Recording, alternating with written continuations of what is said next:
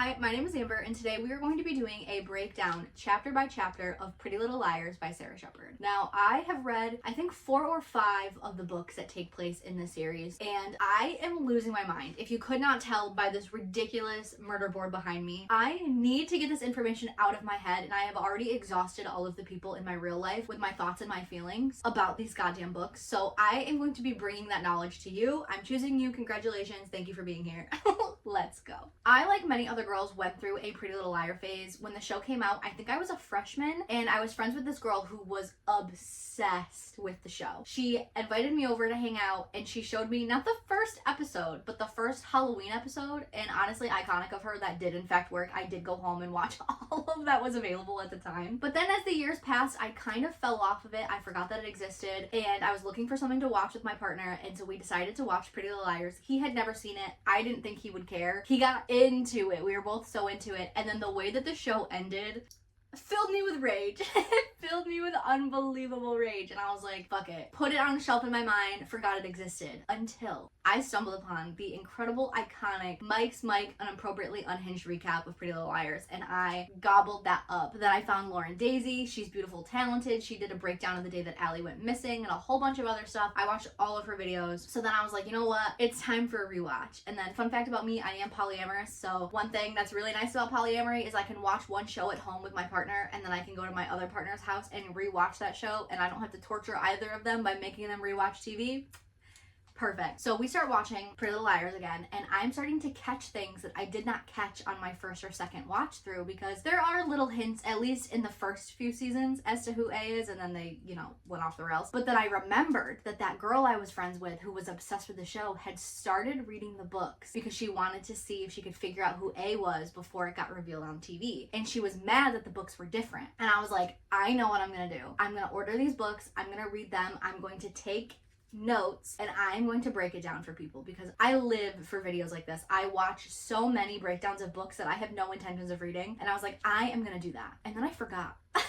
I never did it. And then the iconic Chase Bridges posted a video, can he solve who A is before the reveal? And I gobsmacked. I love that man. He is adorable. And I was like, yup, it's time. It is time. That is what I am going to do today. I am going to break down this book for you chapter by chapter. I'm going to tell you everything that goes on in this book because it's crazy and it is very different from the show. This is not, from this point on, I'm not bringing up the show anymore other than to say one more thing.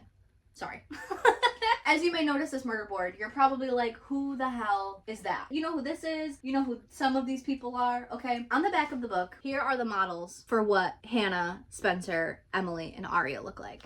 So I wanted to use those original girls for my murder board. Everybody else is from the show, and then there are a couple randoms in there because they're in the book and not in the show. That being said, okay, that's it. I'm not talking about the show anymore. We're only here to talk about the actual written work of Pretty Little Liars by Sara Shepard. If you see me looking down at any point in this, I am looking at my script. While the book might not be very long, it is a lot of information to condense, and there's no way that I would remember all of it without writing it down, so that's why I'm looking down. Without further ado, let me set the scene for you. Let me tell you how it all started. Rosewood, Pennsylvania is just 20 miles outside of Philly. It smells like lilac and mowed grass in the summer and clean snow and wood stoves in the winter. It is full of lush pine trees with acres of rustic family-run farms with lots of woodland creatures like cute foxes and little bunnies. It has fabulous shopping, colonial-era estates, parks for birthdays, graduations, and just because they feel like it, fetes. Rosewood is full of old, noble bloodlines, older money, and ancient scandals. It's a place where people are glowing and healthy in that just stepped out of a magazine kind of way. It is not the type of place to let a pretty girl end up with a missing poster on the back of a milk carton. It's the summer between 7th and 8th grade, the first weekend in fact, and our girls are hanging out in the backyard of the one and only Allison De Laurentiis. Now, Allison De Laurentiis is perfect. She is beautiful, she is witty, she is smart, and she is popular. Boys want to kiss her. Girls, even older girls, want to be Allie. She's the only 7th grader who makes the JV field hockey team, which means she gets to ride home with all of the older girls who spray her with perfume so she doesn't smell like cigarettes. Allie is the leader of our group of girls, okay? And she is always finding things for our girls to do or try, like streaking or swimming in a pond where a dead body had been previously found, smoking dandelion seeds to see if they would hallucinate. fun, crazy girl stuff. Aria Montgomery has her face pressed into the dirt of Allie's backyard. She has a cultish ballet dancer's frame, pouty lips, and pink striped hair. She's pretty, but incapable of fitting in because her parents have drilled it in her head to be an individual. She's always carrying around weird stuff like stuffed animals, pages torn out of old books, and postcards to places she's never been, and also, most importantly, Pigtunia, a stuffed pig puppet that her dad got her in Germany who advises her on her love life. When Emily asks Aria if she's smelling the grass, Aria replies, "It smells like summer." Emily Fields has just arrived in Allie's backyard. Emily has long reddish blonde hair, freckles, long arms, and skinny hips because she has been a competitive swimmer since she was in the Tadpole League. She dresses in very loose-fitting clothing because her parents think that you build character from the inside out, which means she has to hide her Irish Girls Do It Better baby tee in her underwear drawer. Spencer Hastings slips through the fence that separates her backyard from Allie's backyard. She has dark blonde hair and she is super competitive. She hates when people are better at her than things, especially Allie. Now, Spencer did not make the cut for JV field hockey like Allison did, so all of the girls know that Spencer was just in her own backyard practicing before coming over. Spencer lives on a large, rambling farm. It is a 25 room farmhouse that has a mosaic tiled pool and hot tub, is equipped with its own windmill and large renovated barn. Now, our girls are using that barn for a slumber party tonight. They're just waiting on Hannah Marin, who calls out, "Wait for me," as she waves her, quote, chubby arms. Now, I'm going to put the trigger warning in here right now. We're going to be talking about eating disorders, specifically bulimia, but anytime we are in Hannah's head, eating disorders will come up. I will give you another warning before anything specific is said, but just a blanket statement for now. We are going to be talking about eating disorders. It does get a little rough to read, so I will do my diligence and let you know. Please take care of yourself, okay? It's important to me. Hannah has been steadily gaining weight since her parents divorced. She is growing out of all of her clothes, and Allie kind of rolls her eyes at this, but everyone else ignores it because that's what friends do. And our girls are the best of friends, okay? They bonded while working the Rosewood Day School's charity drive. Spencer had volunteered, but the rest of the girls had been forced by their parents to participate. Allie had laughed at one of Aria's jokes. She had asked Emily about swimming, told Hannah that her shirt was cute, and told Spencer that she had better penmanship than Allie did. And just like that, our girls were dazzled by Allie. Before Allie, they felt like mom jeans. Now, 1 year later, on the last day of 7th grade, they all feel like Stella McCartney jeans. They have become the girls at school. Every sleepover, every field trip, even homeroom felt like an adventure when our girls were together. Like the time that they read a steamy note from the varsity crew captain to his math tutor over the PA system, which is still considered legendary by everyone at the school. Just before they leave Allie's to head into Spencer's yard for their barn, they hear, Allison, hey Spencer. It's Mona Vanderwall, the huge dork who happens to live on the same street as Allie and Spencer, and she is desperate to be their friend. Now, Mona is with her two freaky friends. We have Chassie Blesto, the girl who hacked into their school system and taught their principal how to better secure their data, and Fee Templeton, who goes everywhere with a yo-yo. Enough said. When Allie sees these girls approaching, she very quickly calls out, "Not it," and then so Spencer, Emily, and Aria also call out, "Not it," leaving Hannah last, making her it. Now, Allie stole "Not it" from her older brother, Jason. Now, Jason is a senior at Rosewood Day, and this is a game that they play at the interprep field parties. The last person to say "Not it" has to hang out with or distract the ugly girl so that all of the other guys can hang out with the more attractive girls, because men suck. But Allie uses "Not it" for losers, people like Mona that she does not want to talk to. Mona invites our girls over to her house to watch Fear Factor, and they shut this down. And then Chassie's like, "Don't you want to watch them eat bugs?" Which has Aria pretending to pick bugs out of Hannah's hair like a monkey, because Aria is not like other girls, and you will hear about that plenty. But once again, Allie shuts this down pretty quickly, which results in a mean girl group eye roll, like really mean girl behavior, and then they leave, leaving Mona to stare sadly at the sidewalk. Poor Mona. So as they leave Allie's yard to go into Spencer's yard for their scheduled sleepover, Allie mentions being really happy that this construction crew, who's putting in a 20-seat gazebo, these fucking people, man, that she's happy that they're not working today. Emily is immediately on top of this. She's like, are those men bothering you? And Allie kind of laughs and says, you know, easy there, killer. And all of the other girls laugh at this because it's been their joke for a while that Emily is Allison's personal pit bull that they call Killer. Now, Emily used to laugh at this too, but lately she doesn't find that joke very funny anymore. Spencer's barn was remodeled for her older sister, Melissa Hastings, for her junior and senior year of high school, so she could prepare for college. Now, Melissa is Spencer's prim and proper, perfect at everything, excellent older sister who has long blonde hair. She is described by Spencer as a venomous super bitch. So all of our girls are really shocked whenever Melissa seems like kind of nice to them because Spencer's like, no, she's evil. Melissa is supposed to be in Prague for the summer, so Spencer is immediately pissed off when they get to the barn and they can hear Melissa giggling inside. So Spencer peers through the keyhole of the door and spies Melissa and her tasty boyfriend, Ian. Sara Shepard's words, not mine. Now, Ian Thomas has messy blonde hair, sleepy hazelnut eyes, and again, Sara Shepard's words, totally grope-worthy stomach muscles. The two of them are play wrestling, and Spencer kicks the door in with her heel. Now, the thing about my guy Ian, he needs to be arrested. Right to jail right away. He needs to go to jail. Because almost immediately after the girls walk in, he starts to like flirt with Spencer, the 7th grader, right? The 7th grader, right in front of his girlfriend, her older sister. Remember, senior in high school, 7th grader.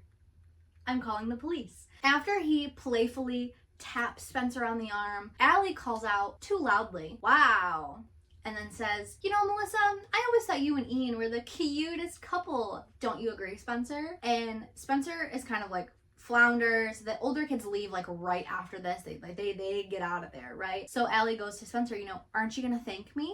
Hannah starts gushing almost immediately about how hot she finds Ian and how he might even be hotter than Sean Ackard. And Hannah's been in love with him since like the 6th grade. Allie then calls out to Hannah that she heard that Sean likes girls who have good appetites, which Hannah gets excited about this. And she's like, really? Just for Allie to go, no. And Hannah drops her popcorn.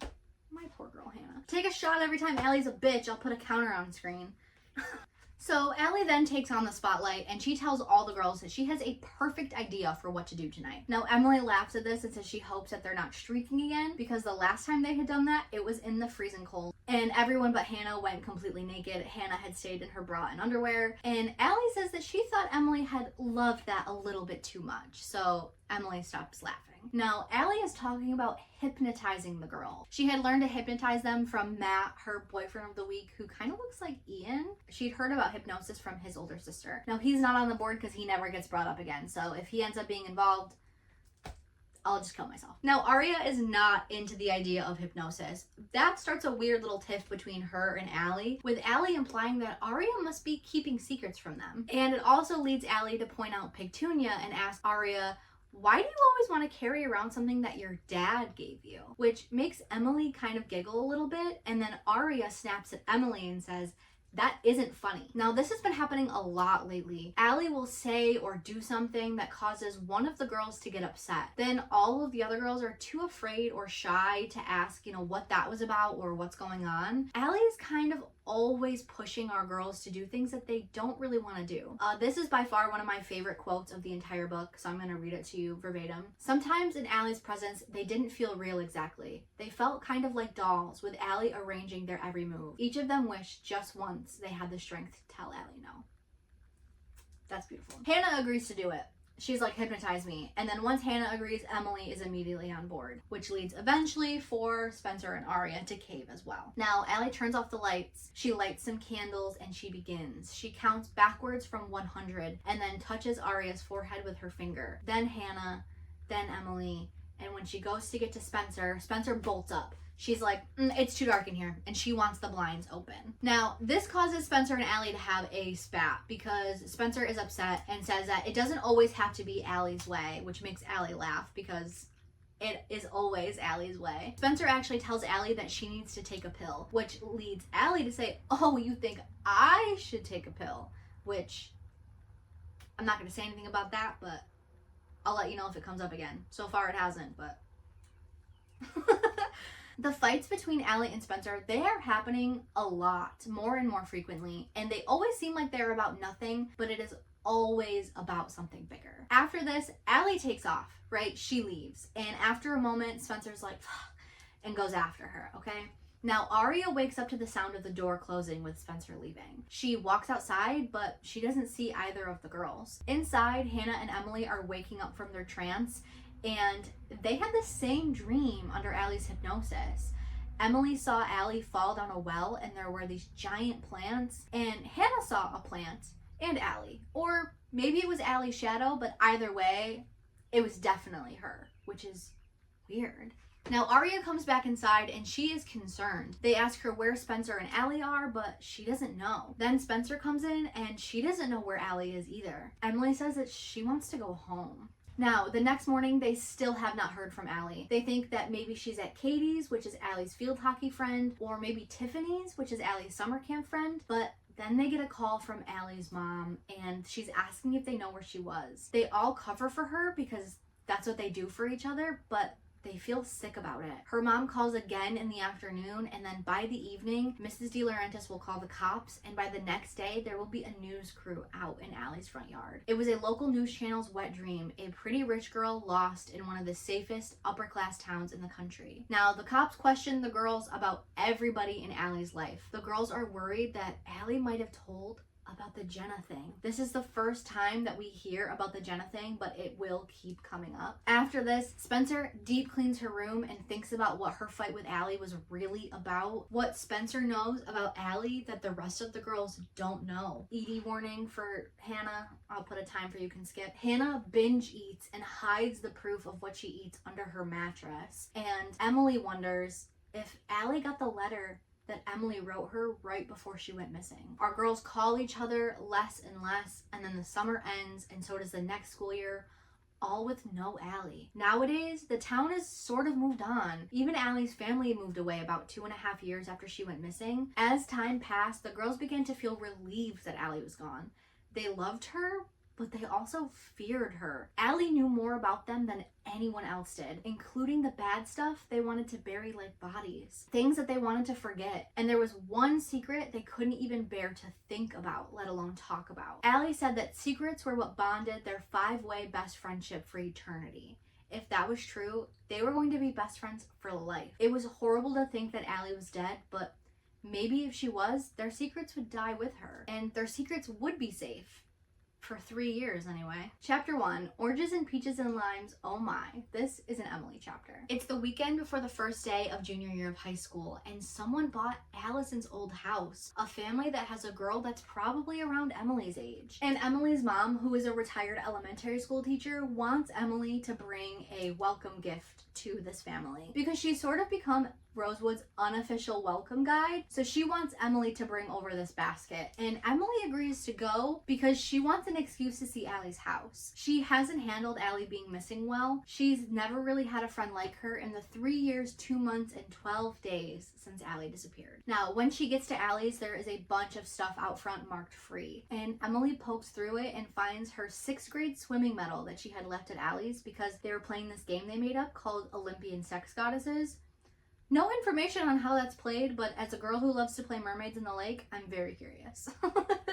She hears someone say, "Do you want that?" And she jumps up before seeing Maya St. Germain, a tall, skinny girl with tawny skin, wild black-brown hair, and green-yellow cat-like eyes. She's wearing a yellow tank top, and Emily can see an orange and green bra strap and thinks that she might have the same bra. It's got oranges and peaches and limes on the boob parts. So Emily and Maya shake hands, and Emily feels fuzzy after they shake hands and thinks, maybe I didn't eat enough breakfast. Sure, girl.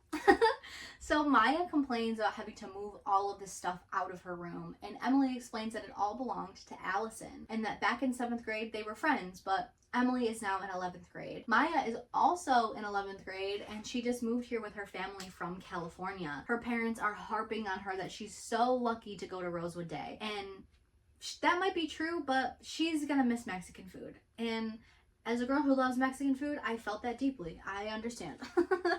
Now, Emily agrees to help Maya move her boxes inside, and she gets to go back into Allie's old room for the first time since she went missing. And it's the same. Even though the furniture is different and it's been rearranged, it still feels like Allie in there. During this period of time, we learn that Maya has a boyfriend back in California, and Emily has a boyfriend too. His name is Ben, and they have been friends for a while because they're on the same year-round swim teams. All of their teammates think that they should date, so they have been for about 4 months. Now, Maya asks Emily why she and Allison aren't friends anymore, and she kind of dodges this question because she's afraid that she might start to cry, and says that they all grew apart. Spencer became an even more exaggerated version of her already perfect self, of her hyper perfect self. Aria and her family moved to Iceland the fall that Allie went missing, and Hannah had become a huge bitch and best friends with loser Mona Vanderwall. Emily's mom says that Hannah looks sluttier than Paris Hilton, which was crazy because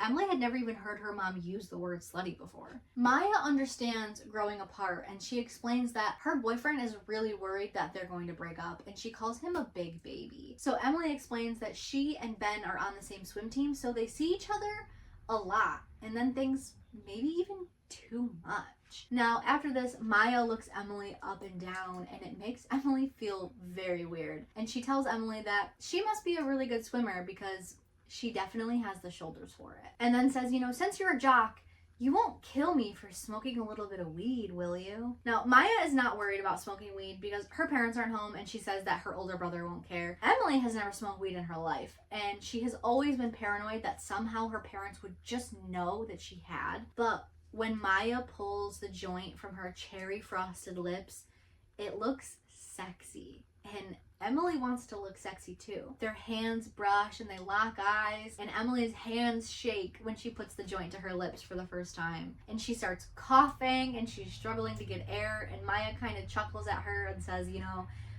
this must be your first time. And she sees this long white scar running lengthwise down Maya's wrist.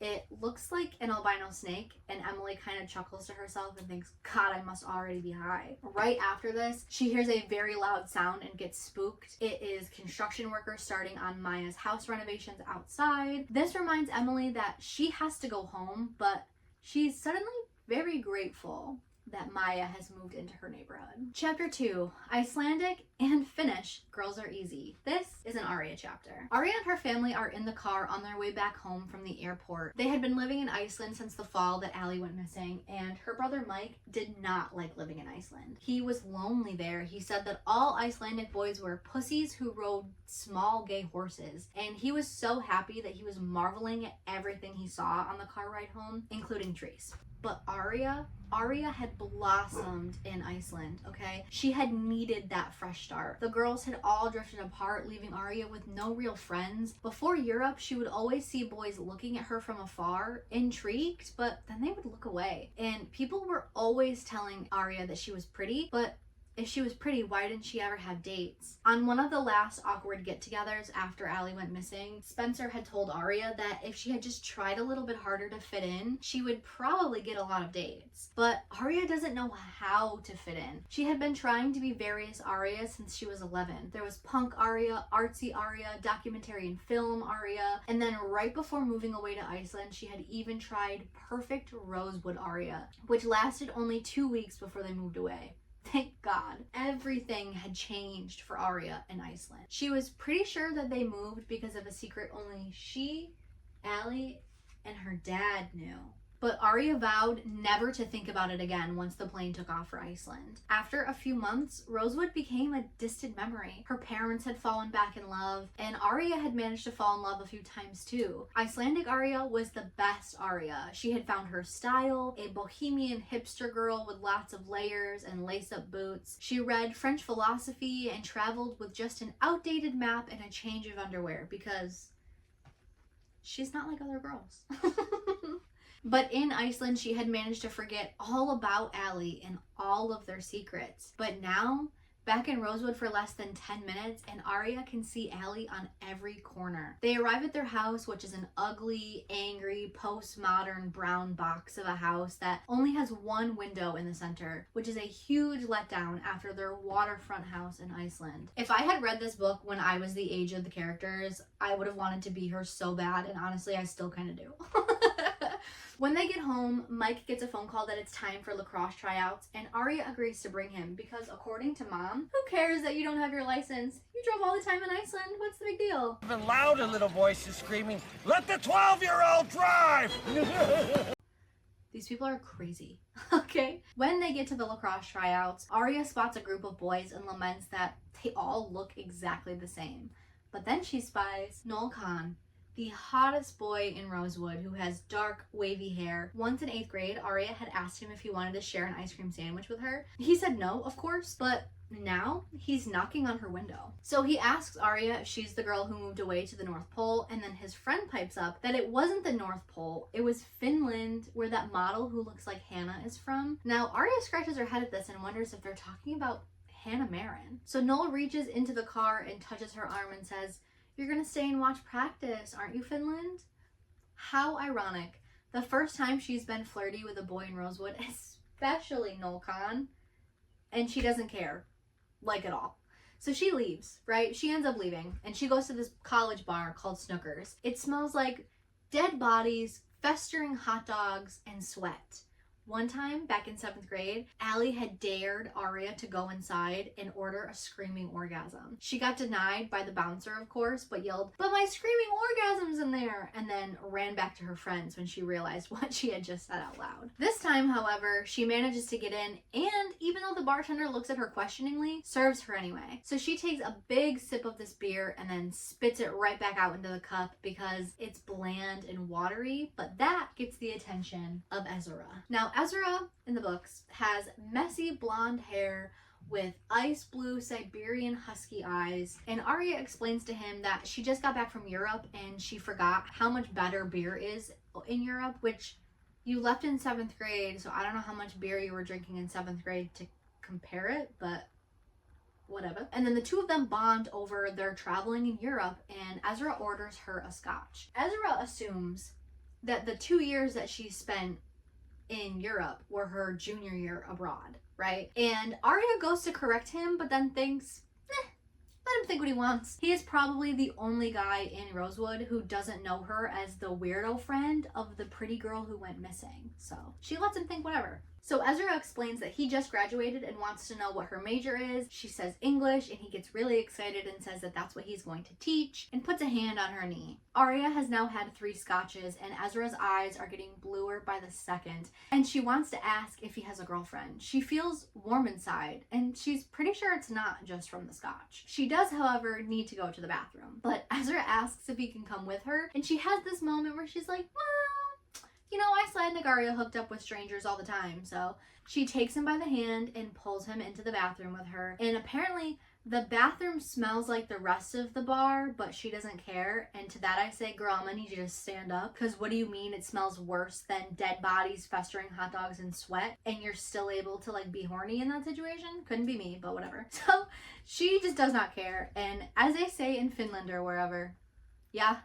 Chapter 3. Hannah's first toggle. It is obviously a Hannah chapter. It is 2 days before the start of their junior year of high school, and Hannah and her best friend Mona are out to eat. Now, Hannah notices that there is this old man staring very lecherously at them, and Hannah thinks that he's a regular Humbert. She doesn't bother making this reference to Mona because she doesn't think she'll get it, but just because Hannah is the most sought-after girl in Rosewood didn't mean she was above sampling the summer reading list, and Hannah had thought Lolita looked deliciously dirty. Those are Sara Shepard's words, and I have to say that they did make me want to puke, but I had to read them, so you have to hear them. Now Mona turns to see what Hannah is looking at and says that they should flash this old man, because that's what you do. So they count to 3, and then they lift up their already sky-high miniskirts, and this pervert, in his shock at seeing these 2 girls flash him, knocks his water into his lap and then, like, runs off to the bathroom. So while he's gone, the 2 girls throw their napkins on their uneaten food and they bounce, right? So Mona and Hannah had become friends the summer between 8th and 9th grade when they had both gotten passed over for the cheerleading team. They vowed that they would get on the squad next year, but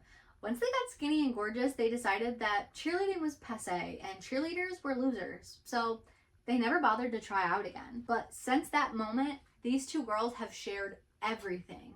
Well, except for Hannah's eating disorder, which involves eating a ton of cheese-filled crap and then throwing it up. But Hannah's over that bad little habit by now, so it didn't really matter. Mona, however, brings up Sean Ackard, Hannah's now boyfriend, and how he wouldn't think that the flashing is funny. Sean is an all-American Boy Scout type who actually just took a virginity pledge. He had announced it the night before in a hot tub with all of their friends. Hannah doesn't think he's serious about this though. She says, you know, it's just another passing trend, and says, let's see what happens on Friday. The two girls skip the conversation and decide to go shopping. While walking through the mall, Hannah thinks back on seeing Spencer here a few weeks ago and how weird it feels to remember so much about somebody who she doesn't talk to anymore. She thinks about how much Allie would love the new section of the mall and all of the things that she's missed out on since going missing, the most important being Hannah's makeover. Sometimes Hannah twirls around in front of her mirror, imagining what Allie might say and how she would critique her. Hannah had wasted so much time on being chubby, but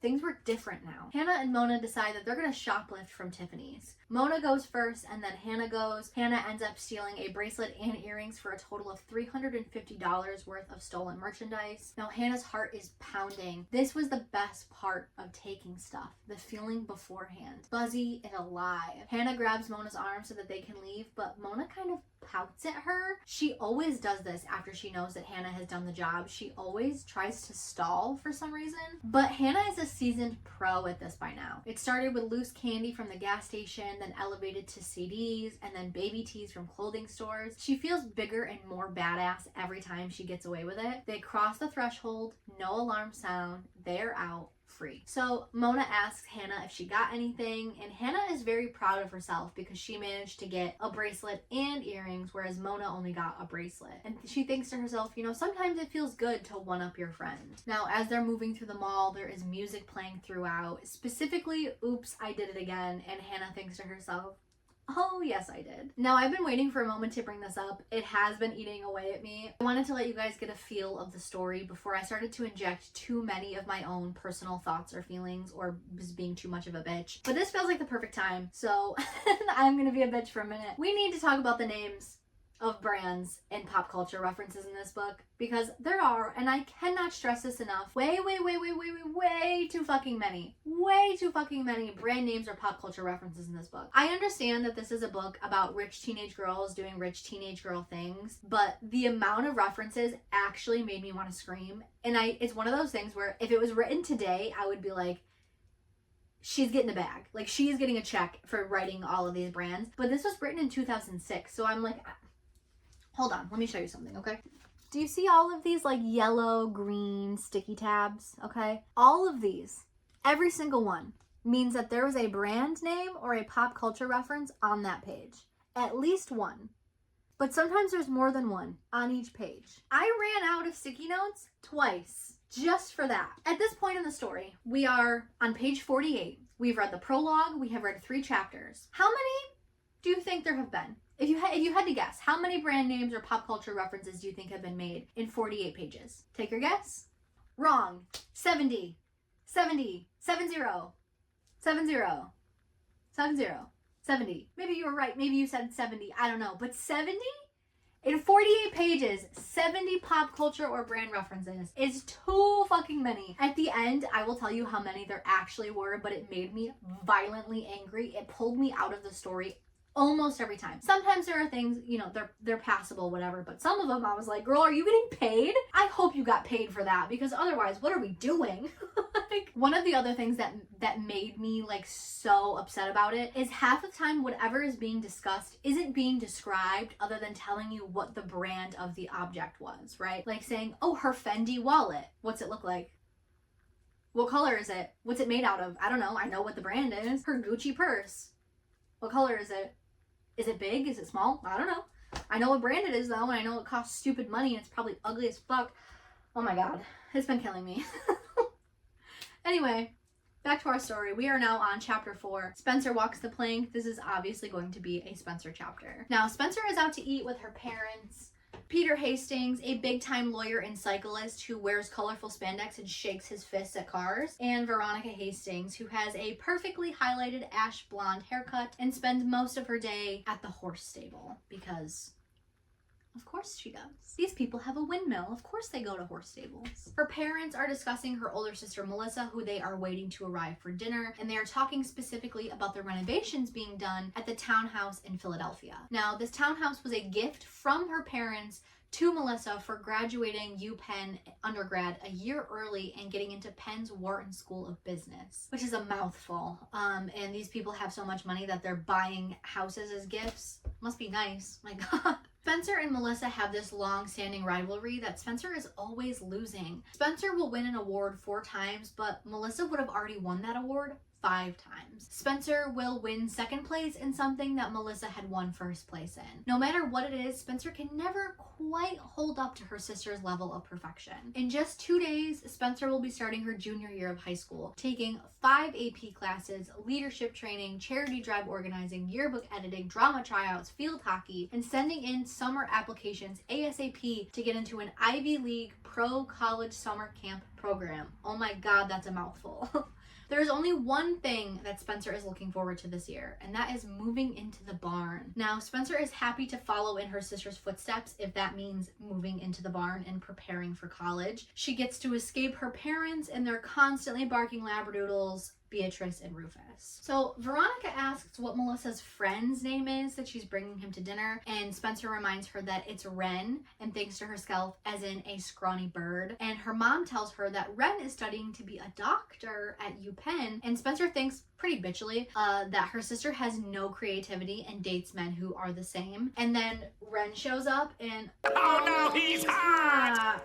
like, he's really good looking. He's tall and lanky. He has black, shaggy, messy hair, beautiful skin, high cheekbones, and almond-shaped eyes, and he even has a slight British accent. Now, Melissa's look has not changed since high school. She wears her ash blonde hair and a bunt-cut bob at her chin. She wears a little makeup and a dowdy, square-necked yellow dress and a pearl button cardigan and kitten heels. This is the best description in the whole book. It's the best one of clothing. Not a brand name in sight. We get color, we get the cut of the dress, we get the what the buttons are made out of. A+, Sarah, that was really good. So Wren shakes her parents' hands and sits down. Melissa jumps right into renovation talk, right? They just steamroll everything. The 3 of them are talking about renovations, which leaves Wren and Spencer to just like awkwardly sit there. So Spencer introduces herself as the sister or the daughter that they keep in the basement and asks Wren if he thinks it's weird that her parents didn't even bother to speak to him or ask him anything about himself. And he kind of agrees, and he even winks at her, which leads Melissa to say, I see that you've met her. And for Wren to say, you never mentioned having a sister, which of course she didn't. Why would she? So Veronica asks Melissa to come stay in Rosewood with them while the renovations are being done. And Spencer is like mentally begging her sister, like, please don't, please don't, please don't. And then Melissa drops a bomb, okay, that she and Wren are going to be living together in this townhouse. And Spencer thinks, wow, she's got balls, because if she had been the one to drop that piece of information, she knew that it would not go over well. But Dad says it's gonna be fine. He's busy, Mom's busy at the stable, Spencer's busy at school, and that leads Wren to ask, you know, where do you go to school? And Melissa interjects and immediately talks over Spencer and says that Spencer is in high school and it's the same one that she went to. Then Melissa asks if Spencer is class president, knowing damn well that Spencer is vice president and how much she hates to lose, and kind of like passive aggressively brags that she was so busy when she was class president, so Spencer's lucky she doesn't have to deal with that stress. Her parents then offer for Melissa to stay in the barn, and Spencer agrees to wait a few months for the renovations to be over before moving into the barn so she doesn't throw a temper tantrum in front of Miss Perfect here. So right after this, she decides that she needs to go outside, right? She needs some air. So she's outside organizing her money, which is something that she does when she's stressed. She turns all the 1s, 5s, and 20s into the same direction and alphabetizes them by the long letter combination in the top of the bill. When she's finished organizing her money, she reaches into her emergency pack and smokes a cigarette, because this is written in 2006 when people smoke cigarettes and not vapes. So Spencer is out there kind of lamenting that her sister managed to steal the barn from her in the nicest way possible, right? And thinks that she is outwardly nice but inwardly horrid, and only Spencer was capable of seeing it. And that Spencer had only managed to get revenge on Melissa once, the summer between 7th and 8th grade, when she had kissed Ian. She had kissed Ian until his car alarm went off because he needs to go to prison. That was his warning. It's not your car alarm, it's the cops coming to get you for kissing a 7th grader when you're a senior, you fucking cop. Sorry, I'm getting angry. Spencer had told Allie about this, and Allie said that that was a pretty foul thing for Spencer to do, and that Spencer needs to tell Melissa. Spencer had suspected that this was because she and Allie had a bet going about who could kiss the most older boys, and kissing Ian had put her in the lead. Now, Spencer hates thinking about Allie, but they were neighbors, and Spencer's bedroom window faces Allie's bedroom window, so she kind of is always reminded of her, and she's constantly feeling guilty about how they were all so mean back in 7th grade, especially about the Jenna thing. Ren then confronts Spencer for smoking, and he explains that he got paged and that everyone else was busy, and he makes a motion like they're busy, you know, in there. And he explains that he is a first-year med student, and he asks if he can share her cigarette, even though he just lectured her. They're smoking. He asks if Spencer's all right, and she says whatever, because she's not about to explain anything to her sister's new boyfriend, especially when he helped steal the barn from her. So she asks where he's from. Ren tells her that he is from North London and that he is Korean on his dad's side, and he assumes that that's why she was asking, because of the shape of his eyes. Everyone always asks where he's from, and she kind of tries to be like, no, that's not why, but whatever. So he tells her that he hopes that she'll be okay living with him, and that maybe he can help her kick her smoking addiction. Now, Spencer is adamant that she is not addicted to cigarettes, and that she would never let herself lose that much control. And he says that she seems like she knows what she's doing, and asks if she's like that with everything. And Spencer realizes that they might be flirting right now, actually, and considers taking a cab to go to their parents' box seats, because of course these two have box seats somewhere. And what was the point of going back inside just to be ignored? But that would be wrong of her. So the two of them go back inside to finish dinner. Chapter 5 starts in Fritz. This is an Arya chapter. So Arya is walking to class when Noel Khan comes up to her, and he's calling her Finland. That's like his new nickname for her. And he is very disappointed that Arya did not stay and watch him practice when she dropped off her brother. She is very bored by him in this entire situation. It feels very weird to be back in Rosewood. She used to have dreams about being here. Back in 8th grade, people stared at her because she was friends with the girl who went missing, but people are still staring at her now, and it's really uncomfortable. Standing in the doorway to English is a girl familiar and foreign all at the same time.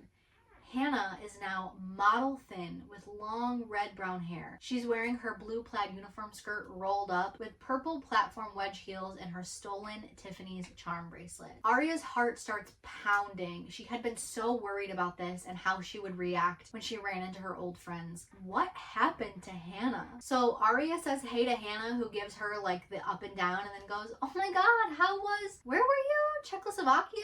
And Arya just says, yeah, close enough. So some girl comes up to Hannah to gossip, and Arya tries to place her and realizes it's Mona Vanderwall, and she's no longer Billy and teensy braids in her hair riding around on a razor scooter. She is now even more glamorous than Hannah is, which is saying a lot. Mona and Hannah basically dismiss Arya, and she has this moment where she cannot get over how different they are from the last time they saw each other. But she and Noel head into class. Arya falls into the first desk that she sees, and she starts to freak out. She puts her head on her desk and she takes deep breaths, and she keeps murmuring to herself that hell is other people, which is her favorite French philosopher quote. Now she rocks back and forth for a few seconds, but she calms herself down by thinking about bathroom boy Ezra, right? She's thinking about Ezra because she was so into him. They had a connection at this bar. She sent him a haiku but hasn't heard back. Was it desperate to text him at 2:30 in the morning? Arya goes and pulls out her phone to see if he texted her back, and sees that she has a text, so she starts to get all aflutter, right? Her heart swoop. But before she can open it, the new teacher, who has his back to them at the moment, tells her no phones in school. He says he might be the new guy, but he got a handout from the front office that says no phones. He turns around and it's fucking bathroom boy. Now Ezra fully drops the papers that he has in his hands and says holy shit when he notices Arya, which is very smooth of him. Now the entire class turns around to stare at Arya. Arya doesn't want to stare back, so she pulls out her phone, right, and opens it up to the message. Arya, surprise! I wonder what your pig puppet will have to say about this. A. Holy shit indeed. Chapter 6.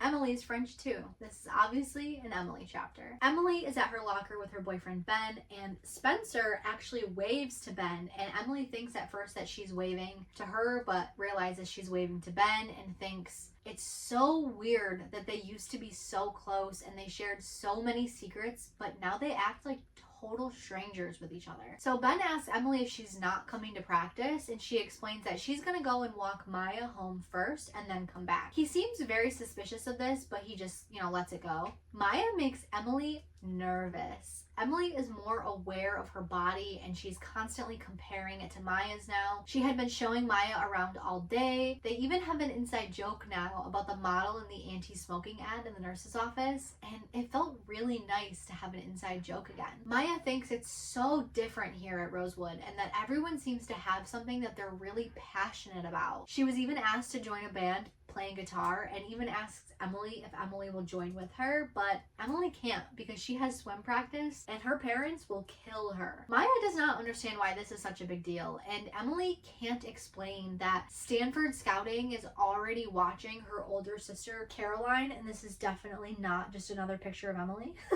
Stanford is already watching Carolyn and her older sister Jake and even older sister Beth have full swimming scholarships to Arizona University. Anything other than a swimming scholarship at a top-notch school would be a failure in her eyes. She just can't. Maya's not afraid to sneak weed when her parents are out at the store. Compare Maya's parents to Emily's parents, and her parents are conservative, old, East Coast suburbanites, which they are, but still. They cut through the woods into Maya's Allie's backyard, and a small guttural sound escapes Emily. She has flashback to memories of playing spit and having dance parties in this backyard. Carved in a tree is still EF plus AD. At the time, Emily didn't know why she had done that. She just wanted to show Allie how happy she was that they were friends. Maya tells Emily that she's cute for walking her home so she wouldn't get lost, and they hug goodbye, and then Maya kisses Emily on both cheeks with a mwah mwah, like the French. So Emily giggles and does it back, but on the last time, they almost actually kiss and there's no mwah sound effect. Maya smells like banana bubblegum and tells Emily to be good, and Emily goes back to swim practice. After swim practice, Emily is still in a daze after seeing Maya. She shampoos her hair twice in the showers because she's just lost in thought. She opens up her locker and a piece of graph paper falls out with handwriting she doesn't recognize. Written on this graph paper is, "Hey Em, sob, I've been replaced. You found another friend to kiss. A." Emily obviously panics when she finds this, right? She looks around, but she doesn't see anything or anyone. And yeah, she and Maya had been out in the open, but no one had been around, right? There was only one other friend that she had kissed. It was 2 days after carving their initials in a tree, just a week and a half before the end of 7th grade. Allison. Chapter 7. Spencer's got a tight posterior deltoid. This is obviously a Spencer chapter. Spencer is at field hockey practice, and all of the girls are aflutter because Ian is the new assistant coach. Spencer thought that he had moved to California, and a friend mentions to Spencer how hot Ian is and how dumb Melissa was to break up with him. But Spencer corrects, Ian dumped Melissa, not the other way around. Ian recognizes Spencer and hits her with the, "You're all grown up." Spencer tries to play this cool, and Ian asks how Melissa is, so she tells him all about her sister going to Wharton, and Ian asks if her sister's boyfriends are still hitting on her because he's a freak who needs to go to prison. Spencer is shocked by this, right? But the head coach calls all of them in before she can respond. Ian turns back to look at Spencer, but she pretends to look at her cleats and tie her shoes because she does not want him to know that she was staring at him. Spencer had been too busy to practice over summer doing organizing committees, SAT preps. She was in 3 different plays, so she is sore as hell after practice. Tomorrow she has French club breakfast, reading the morning announcements, 5 AP classes, drama tryouts, yearbook committee, and then even more field hockey practice. She needs to get in that hot tub, and I need to get in a hot tub just thinking about all of that. Oh my god. So she decides to get in the hot tub in just her sports bra and her underwear. She forgets to take off her field hockey socks, which made me violently ill to picture. So thank you for that, Sara Shepard. Thank you. She does take them off, thank fuck? And shortly after that, Ren arrives and he's in just boxers and he apologizes for like surprising Spencer, and she sort of blurts out like, you're not supposed to be here till tomorrow. But he and Melissa had been at this store where a pillowcase can cost $1,000, in case you were wondering. And her sister had told him to come play with myself here. Now Spencer hoped that this is like an English expression that she's just never encountered before, and she has this moment where she's like, damn, I should have went and put on my nice new bikini, and then ignores that thought and tells him he can get in the hot tub with her, which he does. Now, they talk about sports because he was on the rowing team in college at Oxford, and she explains that playing a sport looks good on her college applications. And while they're talking, Ren notices that Spencer's shoulder looks like it's bothering her, like the way that she's like touching it or something, and he offers to help her with it. Spencer is very nervous about this, but she reminds herself that he is a doctor, and he tells her that he won't bite, and she thinks that she hates that expression, and so do I, girl. Spencer tries not to read too much into this and tells herself he's just being doctorly, and he begins to massage her back and tells her there is a fluid buildup in her bursa sac. And she tries not to laugh at the word sac, and I would tell her to grow up, but I also giggled at that, so I'll let it slide. I guess we both need to grow up. So she's trying to think about non-sexy things, right? Her uncle's nose hair, a kitten carrying a dead mole, anything to distract her from his hands on her body. Then he tells her that her pecs must be sore too, and he starts to rub right above her chest, and her bra strap falls off her shoulders, and then she starts to panic, right? She's like,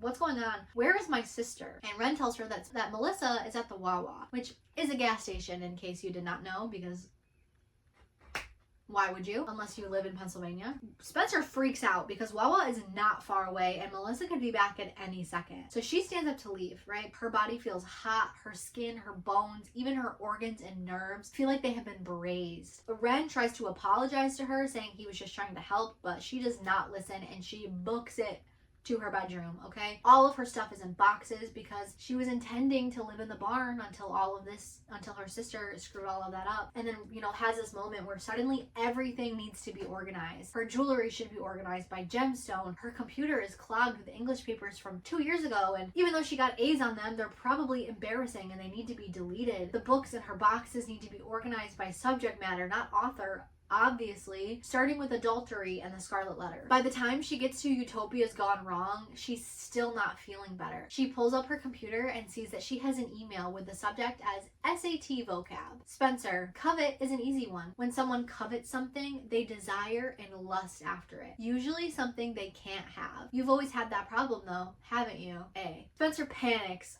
as one would. She doesn't see any cars in the driveway or anything suspicious until she sees a flash of blonde hair in the window across the street. But isn't Maya the new family who moved in? Aren't they black? Why would there be blonde hair? And an icy shiver creeps up Spencer's spine when she realizes that was Allison's old window. Chapter 8, Where Are the Damn Girl Scouts When You Need Them? This is a Hannah chapter. So Hannah and her boyfriend Sean are on the couch, and Hannah is trying valiantly to get in Sean's pants, but he is not having it. And Hannah's mom comes in on the phone, but Hannah is not concerned about this because her mom is a very busy lady who pays way more attention to her phone than she does to Hannah. They don't bond much other than discussing shopping, sales, and doing homework check-ins, but Hannah is mostly okay with this because her mom pays her credit card bills, so what can she complain about? Sean makes a pretty quick escape after this, and Hannah tries really hard to convince him to come over on Saturday because her mom will be gone all day. Sean tells her that this is already hard enough and that he will see her at Noel's party on Friday. Dating Sean feels like a dream. She had been pining after him back when she was chubby Hannah. After Hannah finally lost that last little bit of weight and defrizzified her hair, she told someone that she liked Sean, and then 3 periods later, someone else told her that Sean would be calling Hannah after soccer practice. That was 7 months ago, and Hannah was in love. Had been for years, even though she kept that last little bit to herself. Isn't sex the best way to show someone that you love them? Which is why Sean taking a virginity pledge makes no sense to Hannah. He's not overly religious, and it goes against every notion that she ever had about guys, and she thinks maybe he's gay. That's why he doesn't want to sleep with her. Hannah has a miniature pincher, Dot, who is so adorable that they had to get a place on the board. And she had petitioned her schools to let her bring Dot in a purse, and they said no. So Hannah made sure to buy them the snuggliest bed and left QVC on in her room all day for Dot to prevent separation anxiety. Hannah's mom comes home with sushi for them, and she's on a phone call with her job. So Hannah knows that her mom's not perfect, but she is a MILF. I mean, come on, just look at her. So she doesn't understand why her parents split up 4 years ago, or why her dad so quickly moved on with a boring looking nurse named Isabel who has a daughter named Kate. Her dad had invited her to come over to meet his girlfriend Isabel and her daughter Kate. Now Hannah was so nervous about this that she asked Allie to come with her, and Allie agreed to this, of course, and reminds Hannah that she's Allie and she's fabulous, and that the two of them would outclass Kate. Kate is the prettiest girl that Hannah has ever seen, and her dad basically called Hannah a pig right in front of Kate. That was the last time she saw her dad, and also, trigger warning, this was the first time that she made herself throw up. But Hannah hates thinking about that stuff, and now she gets to ogle her mom's dates, and not in a will you be my father kind of way, which, again, Sarah, why? And besides, she's doubtful that her dad would let her have a 2 a.m. curfew or drink wine at dinner like her mom did. Hannah and her mom get interrupted mid-conversation about shoes by a knock at the door. Now, they assume that this is going to be a Girl Scout because they are apparently feral in this neighborhood, but instead, we get introduced to Officer Wilden. Now, Hannah hopes that Mona maybe sent him over as a joke, as like a stripper joke, but unfortunately, he's here because Tiffany's has Hannah on tape stealing. They're able to find her on other cameras in the mall and lead out to the parking lot where they're able to get her license plate, tracing the license plate that leads them directly to Hannah. Now Hannah begins to pinch the inside of her palm, which is something that she does when she feels out of control, which I understand because I have like really thick nails, and so when I'm like really stressed, I will like clench my fist so my nails go in my hand because it like helps me like focus. Or if I'm like really stressed, I'll like pinch my like the back of my hand because I like need to like focus on something. So I get her. Hannah, I get you. I get you. This is like one of the only things I get Hannah on. So Miss Heron kind of barks at Officer Wilden that she would not do something like this. But Wilden, he's not having it. He says Hannah needs to come to the station. Miss Marin tries to bribe him. Okay, she pulls out her purse and says, "What will it take for you to leave us alone?" Now he smiles sexily, according to Hannah, and informs them that they have to go to the station, and he handcuffs her and everything. Hannah once again is really hoping that this is a stripper joke, but alas, it is not. The station smells like burnt coffee and old wood because the station, like most municipal buildings in Rosewood, is an old railroad baron's mansion house that's been converted into a building.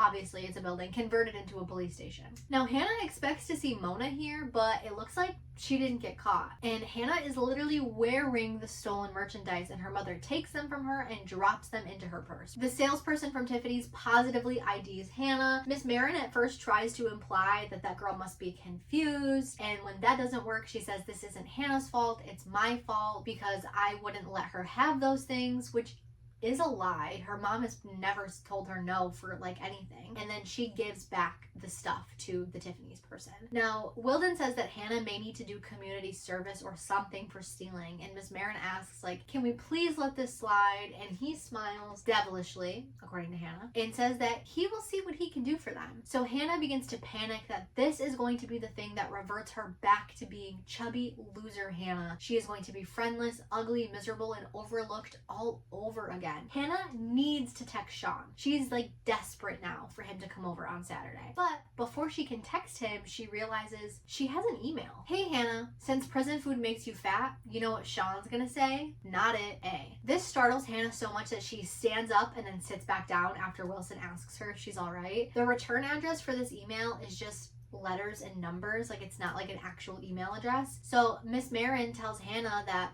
no one needs to know about this, and Hannah agrees with her, but seems like someone already does know. Chapter 9, not your typical student-teacher conference. This is an Aria chapter. So Wednesday morning, Aria's dad is taking Aria and her brother Mike to school. Then he's taking the car to the shop because I guess the blinker stopped working. And he asks if they're happy to be back in America. To which Mike says, America rocks, while playing his PSP like a little fucking idiot. Are you joking? America rocks? I would love to get out of this hellhole and go live on a waterfront property in Iceland. Get fucked, you little twerp. Oh my god. Sorry.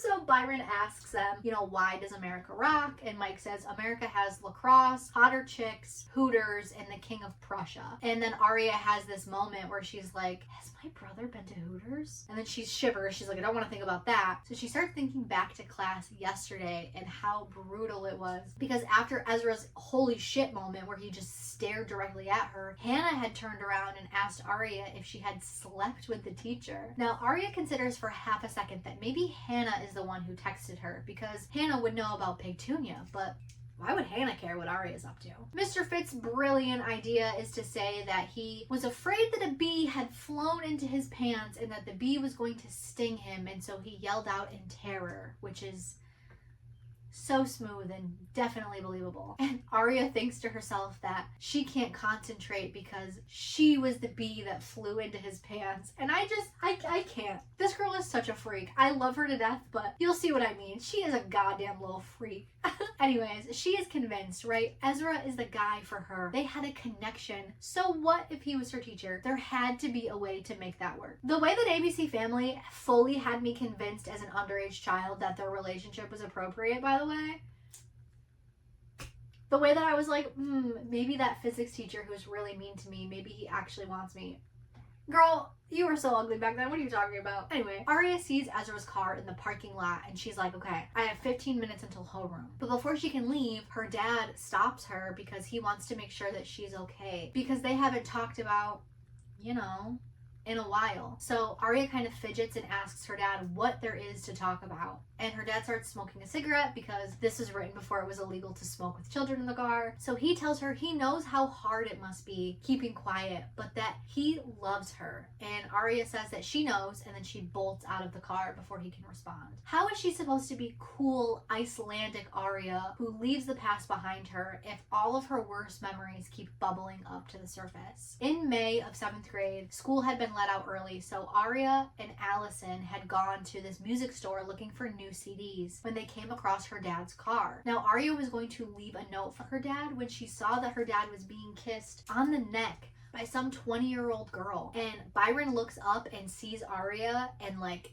panics, but Aria sprints away before he can say anything to her. So Allie actually followed Aria all the way home and then doesn't argue when Aria says that she just wants to be alone. That night, her dad tried to lie with the "it isn't what it looks like" type bullshit, but Aria isn't stupid. Every year, her dad hosts a get-to-know-you cocktail for his students, and that girl, Meredith, had been inside her house. She had been tipsy, and she spelled out her name on their fridge with their alphabet letter magnets. And when everyone else shook Byron's hand to say goodbye, Meredith had kissed him on the cheek. Byron begs Aria not to tell her mother, and Aria agrees. Right after this, they moved away to Iceland. Now, Aria reminds herself in the moment that she promised herself that she would not think about this anymore, and she makes her way to Ezra's office on the faculty side of the building. He apparently looks adorable in his little button-down white shirt with his blue rosewood blazer, his green cords, and his beat up loafers, and he's bent down like a little gargoyle over his computer, right? So Aria knocks on his door and his eyes widen when he sees her, and he gives her a shy little smile. So Aria asks if she can come in, and he hesitates, but like a fucking moron says yes. So she comes in and they have this moment where they try to speak at the same time, and he tells her, ladies first. So Aria tells him that she doesn't mind being his student if he doesn't mind. And he tells her it's not a good idea. Not that it's disgusting because she's a child and he's an adult, but that it wouldn't be a good idea. And that Aria said that she was older. Now Aria laughs at this and says, I never told you how old I was. You just assumed, and everyone lies about their age. He tells her, like an idiot, that she's amazing and she's unlike any other girl he'd ever met. Which is objectively hilarious because she's a high school student, whatever. He touches the back of her hand and then pulls away and tells her that this is a bad idea. You don't want me to get in trouble, do you? I do. I want him to get in trouble. This microphone's not plugged in. I just think it looks cute and I needed to point because I moved my chair so I could sit because I'm too old to just stand for 4 hours. Anyway, I think he should go to prison. Aria says, but no one would know, which is objectively hilarious because they are shit at hiding things anyway. And then thinks to herself that maybe someone does know. Ezra tells her that, he's sorry, but he thinks that she should go. So she leaves. She cuts through the commons for some fresh air, and when she hears a familiar laugh, she freezes. When would she stop hearing Allie everywhere? She walks through the grass instead of the stone pathways, and her footprints disappear as soon as she makes them, and she thinks to herself, good. This seems like an appropriate time to disappear completely, which I love a dramatic queen. I give Arya a lot of shit, but I do want to be her. There's this music artist, I can't think of her name right now, I'll put it up on screen. She is so beautiful and very creative and very cool, and every time I see her perform, I'm like, that girl is who Arya wants to be. Choose with a pulse. We are art you can fuck. The dull people are quiet. What is there to say? Art does not interpret itself. There are men with a day to save. We are paintings with legs. We are art you can fuck.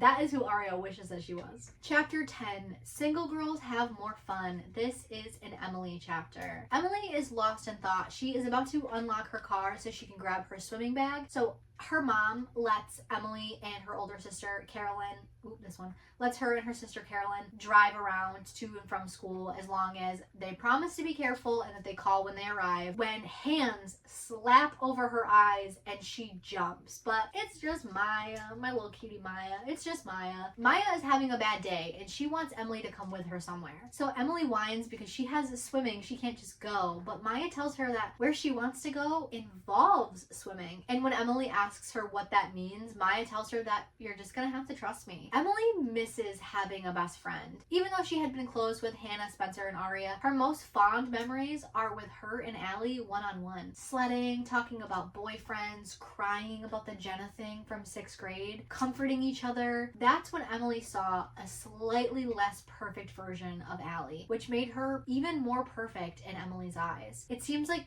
years have gone by where Emily hasn't been herself. Maybe now she can have that with Maya. Emily hesitates for a moment, thinking about the probable various goings on in the locker room. Does she dare miss the second day of practice? Yep. She decides that she's going to tell her older sister Carolyn that she had to tutor someone in Spanish. She triple checks to make sure that no one is watching her in the parking lot and then unlocks the car. So Maya brings Emily to Marwin Trail, which is about a 5-mile long trail that is bordered by a deep creek. All the girls used to ride their bikes there, and Allie and Spencer would always pedal furiously at the end and then usually tie. And they would stop at the snack bar by the swimming area for snacks and drinks. Maya tells Emily that Emily's mom had stopped by the day before and delivered brownies, which is strange because her mom never mentioned this. Maya takes Emily's hand and pulls her down a small path to this stone bridge, which hangs about 20 feet over the creek. Maya walks right to the edge, strips into her matching pink bra and underwear, and jumps. It takes 2 Mississippis before Emily hears the splash of Maya hitting the water. Maya reappears and laughs with an "I told you it involves swimming," and then tells Emily to strip. Now, Emily hates getting undressed in front of other people, even the other girls on the swim team who she's known for years. She takes off her skirt but does leave her tank top on. She looks over the edge, steels herself, and then jumps. The water is warm and thick with mud and not cold and clean the way a pool is. Maya says it's like a sauna in the creek, and Emily agrees. Emily can also see Maya's nipples through her bra and cuts her eyes away. Maya tells Emily that when her and her brother would go cliff diving back in California, her brother would stand at the top for like 10 minutes, but she likes that Emily didn't hesitate and that she just jumped right in. Emily floats on her back and she smiles. She can't even help it. She gobbles Maya's compliments up like cheesecake. Now, Maya tells Emily that she's going to break up with her boyfriend because long distance is too stressful. He calls too much and he's already written her 2 letters and she's only been gone for a few days, which makes Emily asks, "Did you put that note in my locker yesterday?" Maya says no and reminds Emily that she had walked Maya home, then asks what the note said. Emily just shakes her head and says, never mind. Then she says that she might break up with her boyfriend too, followed by her thinking, whoa, and that she wouldn't have been more surprised if a bluebird had flown out of her mouth. Maya's like, really? And Emily's like, I don't know, maybe. And then Maya goes, well, fuck a moose, and explains that it's this thing that she says, which essentially means screw it. Now Emily likes that and thinks it's funny, so she says it as well and then giggles. She always feels weird swearing as if her mom will hear her from the kitchen 10 miles away, which I relate to. I remember like the first time I said a cuss word on the bus in 7th grade and was like, oh my god, my mom's gonna find out. She's gonna be so mad. And now I cuss like a sailor. Sorry mom, love you. Sorry mom. Anyway, stupid. So Maya then tells Emily that she should break up with her boyfriend because then they would both be single. And that means what? Emily asks. The forest was quiet and still. Maya moves closer to her and says, that means we can have fun. And then she dunks Emily's head underwater. Emily snags one of Maya's legs and she's like tickling her toes and like, I found your weak spot. And the two of them are just like giggling and like touching each other, and Emily pulls them towards the waterfall and Maya breaks her leg free and starts tickling Emily back, and they end up in this small little cave, and it's such a perfect friend moment that it makes her feel melancholy and nostalgic. Maya can tell that Emily just got sad and she wants to know why. So Emily explains about Allie's disappearance and the two of them just kind of hug for a minute. And then Maya admits the real reason that she wants to break up with Justin is that she's not sure if she likes guys. Like, she thinks they're cute, but when they're alone, she doesn't really want to be with them. She wants to be with someone more like her, you know? Emily suddenly feels like Maya is just way too close. She flounders, right? She's like,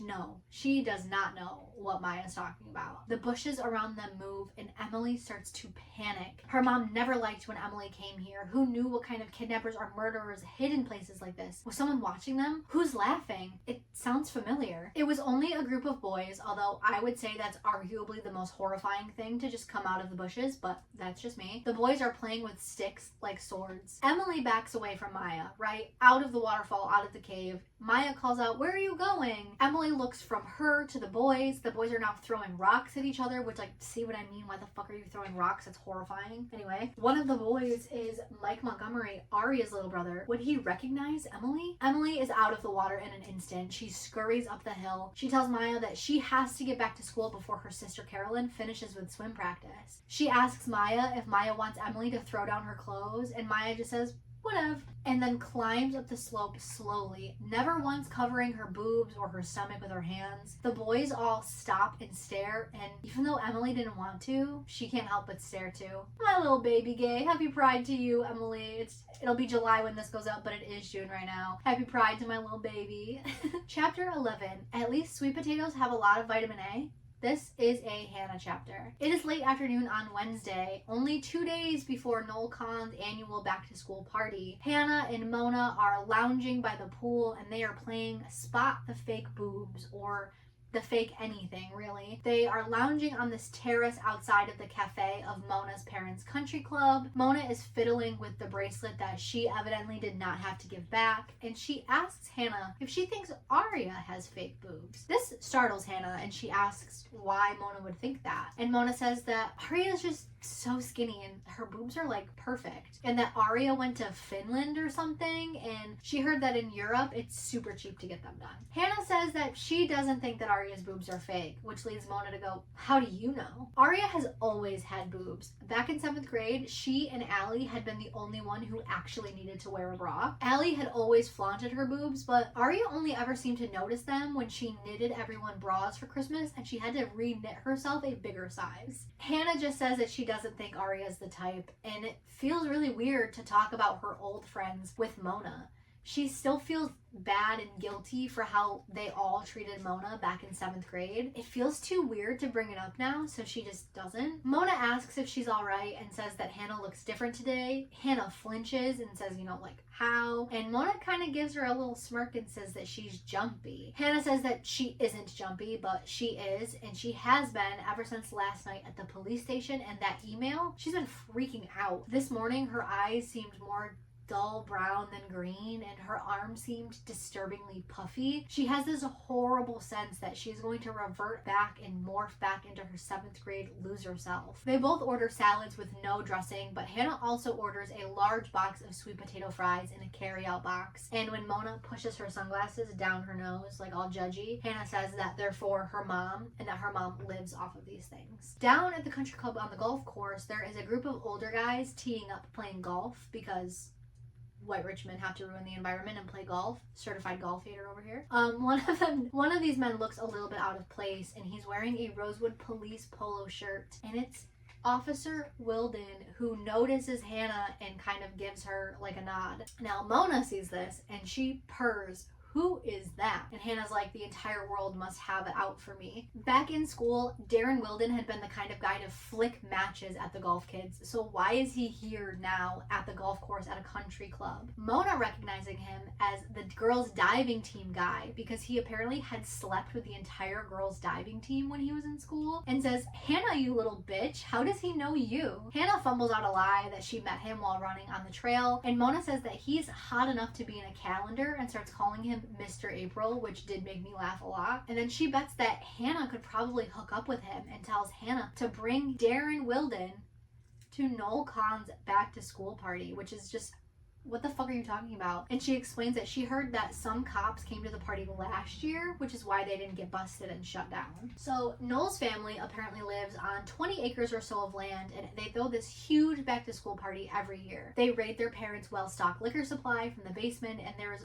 always a scandal. Last year, Noel shot his best friend in the ass with a BB gun over a girl. The year before that, a bunch of stoners got way too high and tried to get their horses to hit the bong, which, I'm not gonna lie, that visual does make me laugh a lot. It does make me laugh. So Hannah says no, that she's probably going with Sean, her boyfriend, and Mona scrunches her nose up at this and asks why, and reminds Hannah that Sean took a virginity pledge. But Hannah says just because he's not gonna have sex doesn't mean he's gonna stop partying. Mona says, "If you're not gonna ask Mr. April, I will." Hannah says no, don't do that, and then confesses to being caught shoplifting. Now Mona says yikes, and she gives Hannah this look that Hannah cannot interpret. She can't place what this look means, right? So she tries to play it cool and says, you know, it wasn't that big of a deal, I just texted the whole time. And she considers telling Mona about the A text, but then decides not to. Mona says that she thought that Hannah would never get caught and asked if Hannah's mom totally killed her. But Miss Marin just asked Hannah if she meant to steal, and Hannah said no, and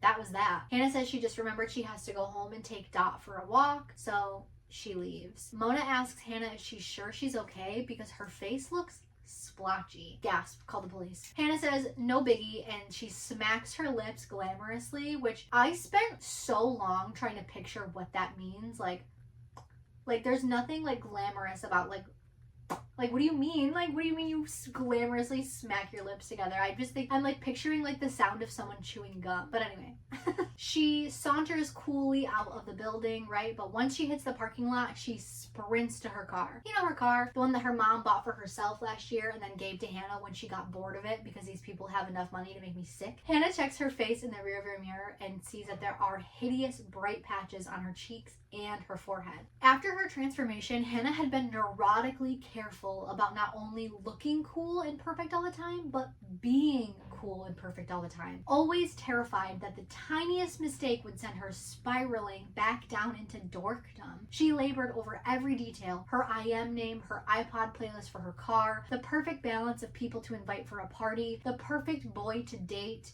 who luckily had been the same boy that she had been pining after since the 6th grade and in love with since the 7th grade. Had being caught stealing just tarnished the perfectly controlled, uber cool Hannah everyone had gotten to know? Hannah hadn't been able to read Mona's face after telling her about getting caught. Had it been yikes, no big deal, or yikes, what a loser? She wonders if she shouldn't have told Mona about getting caught, but someone else already knew. Hey, know what Sean's gonna say? Not it. Trigger warning now for graphic descriptions of eating disorder. I will put a timestamp up here. Please take care of yourself and skip this if it's not something that you are in a place to hear, okay? Please, for me, please do that. Hannah's vision goes blurry. She begins to drive her car to the dead end turn off a few yards down the road. She can hear her heart pounding in her temples. She takes a deep breath after killing the engine. She squeezes her her eyes tight, and when she opens them, they fall onto the box of sweet potato fries. Don't, she thinks. Hannah wipes her hands on her jeans. The fries smelled so good. Don't.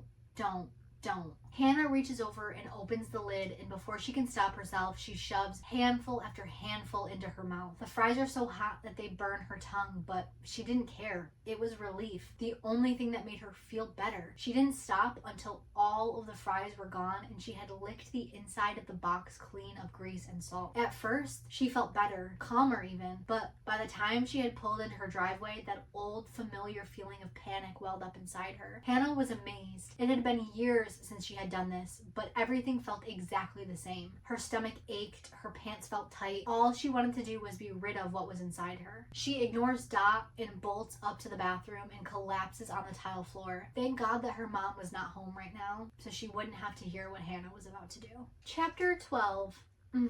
Love that new test score smell. This is a Spencer chapter. Spencer's student council meeting had run extra late on Wednesday night, and she had been on edge while driving through Rosewood's dark streets. All day she felt like someone was watching her, as if whoever wrote that covet email could jump out at her at any second. Spencer keeps thinking about the ponytail in Allie's old bedroom window. Her mind keeps going back to Allie and all of the things that Allie knew about Spencer. But that was crazy. Allie had been gone, probably dead, for 3 years, and a new family lived in her house now.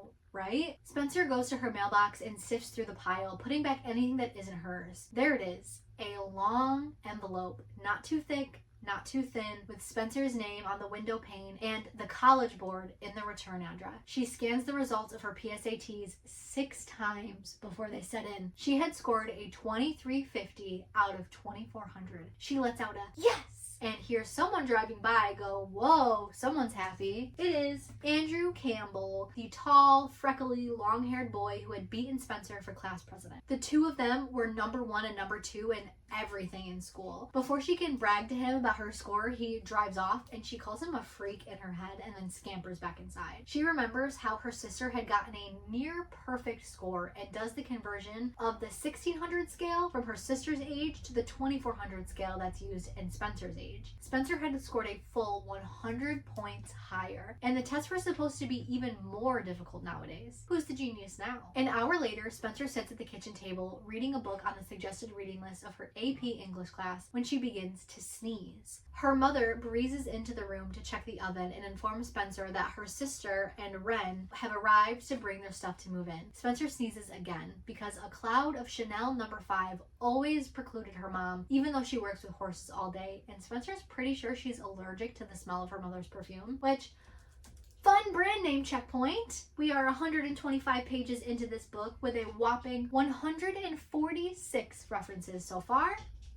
Good Lord. Anyways, Ren says hey to Spencer. Spencer very coolly says hey back, and he asks her what she's reading. Now, Spencer hesitates to answer this because it's better to stay away from Ren, especially if he was going to be moving in. Now, Melissa arrives. Here's her. I like move my chair. Here's Melissa. Melissa arrives and she doesn't say hello, but she does loudly announce that the pillows that she have in her hand are for the barn, just to rub it in Spencer's face a little passive aggressively. Spencer thinks two can play at that game and says, oh, Melissa, I forgot to tell you. Guess who I ran into? Ian Thomas. He's coaching my field hockey team now. Melissa freezes. She's like, he what? He is? He's here? Did he ask about me? Spencer pretends to think about it for a moment and goes, no, I don't think so. Which is a lie, but objectively hilarious. Now, Ren asks who Ian is, and Melissa snaps at him and says, no one.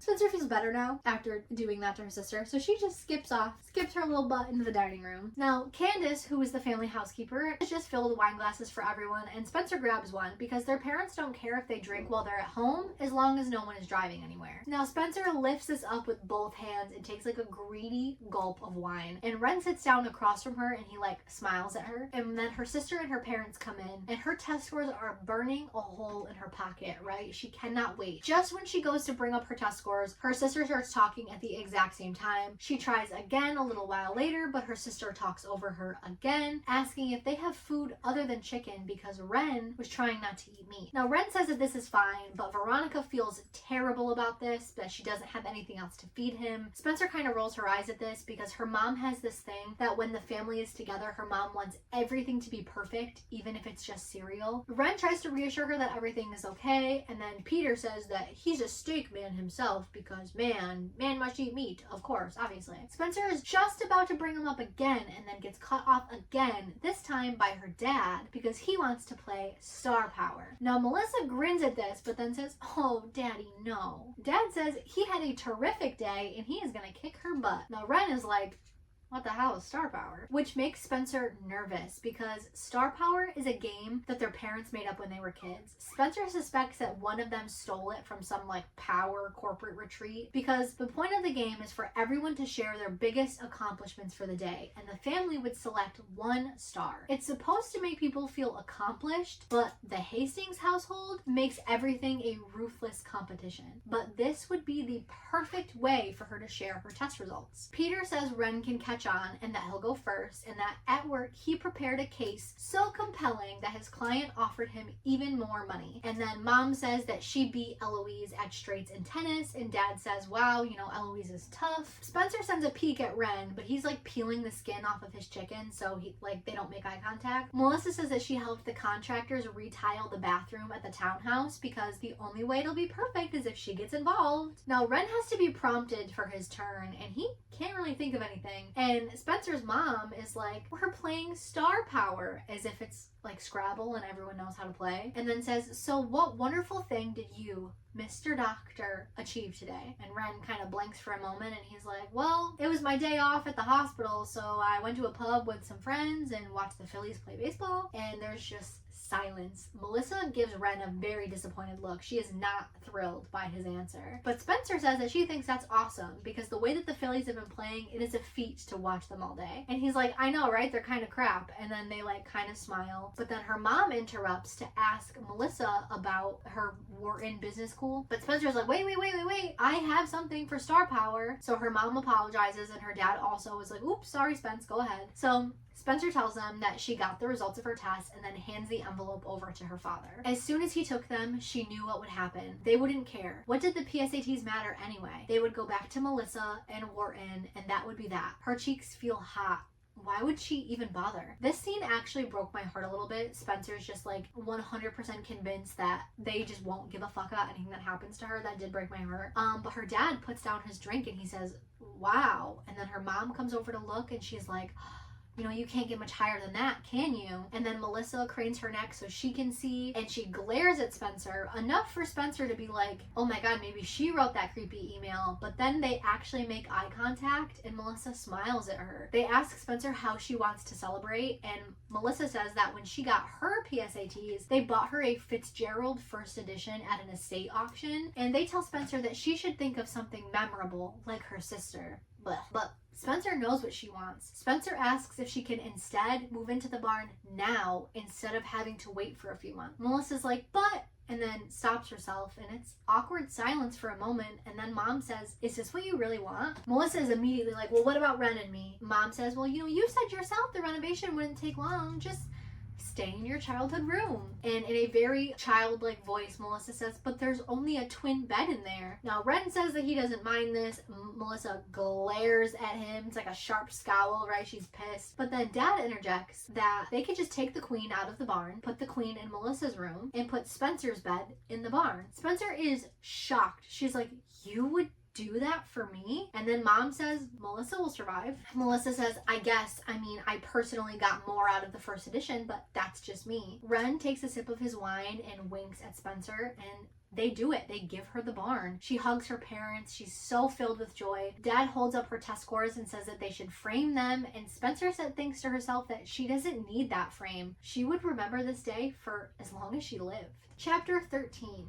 Act 1, Girl Makes Boy Want Her. This is an Aria chapter. It's Thursday morning, and Aria's mom, Piper from Charm, Aria's mom invites her to an art reception while doing a crossword in pen. She had just returned to her part-time job at the Contemporary Art Gallery. So Aria's like, you know, isn't Dad going with you? And her mom kind of purses her lips and explains that her dad has a lot of work to do. And Aria picks at the fingerless gloves that she had knitted on a long train ride to Greece and wonders if she's detecting suspicion in her mother's voice. She is always worried that her mom would find out about Meredith and that she would never forgive Arya for keeping that secret. Arya tells her mom Ella, which I don't know if I've mentioned this before, but Arya calls her parents by their first name because fun. She tells Ella that she needs some love advice. Now her mom kind of teases her about this and then puts her hair into a bun with a chopstick from their kitchen table because this whole family is just so quirky. And Arya says that she likes a guy who's unattainable, and her mom says, be yourself. And Arya says that she tried that, and then Ella says, well then go out with someone attainable, which is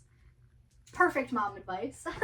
Her mom tells her that she just read an article that men value intelligence. And then her little brother Mike arrives and he says that Noel Khan asked about Arya at practice. And Ella's like, which one is he? Was he here 3 years ago? Do I know him? And Arya says he's a nobody. And then Mike, sounding disgusted, is like, he's like the coolest guy in your grade. Arya kisses Ella on the top of her head and leaves, but Mike follows her to ask, why doesn't she like Noel Khan? He's the man.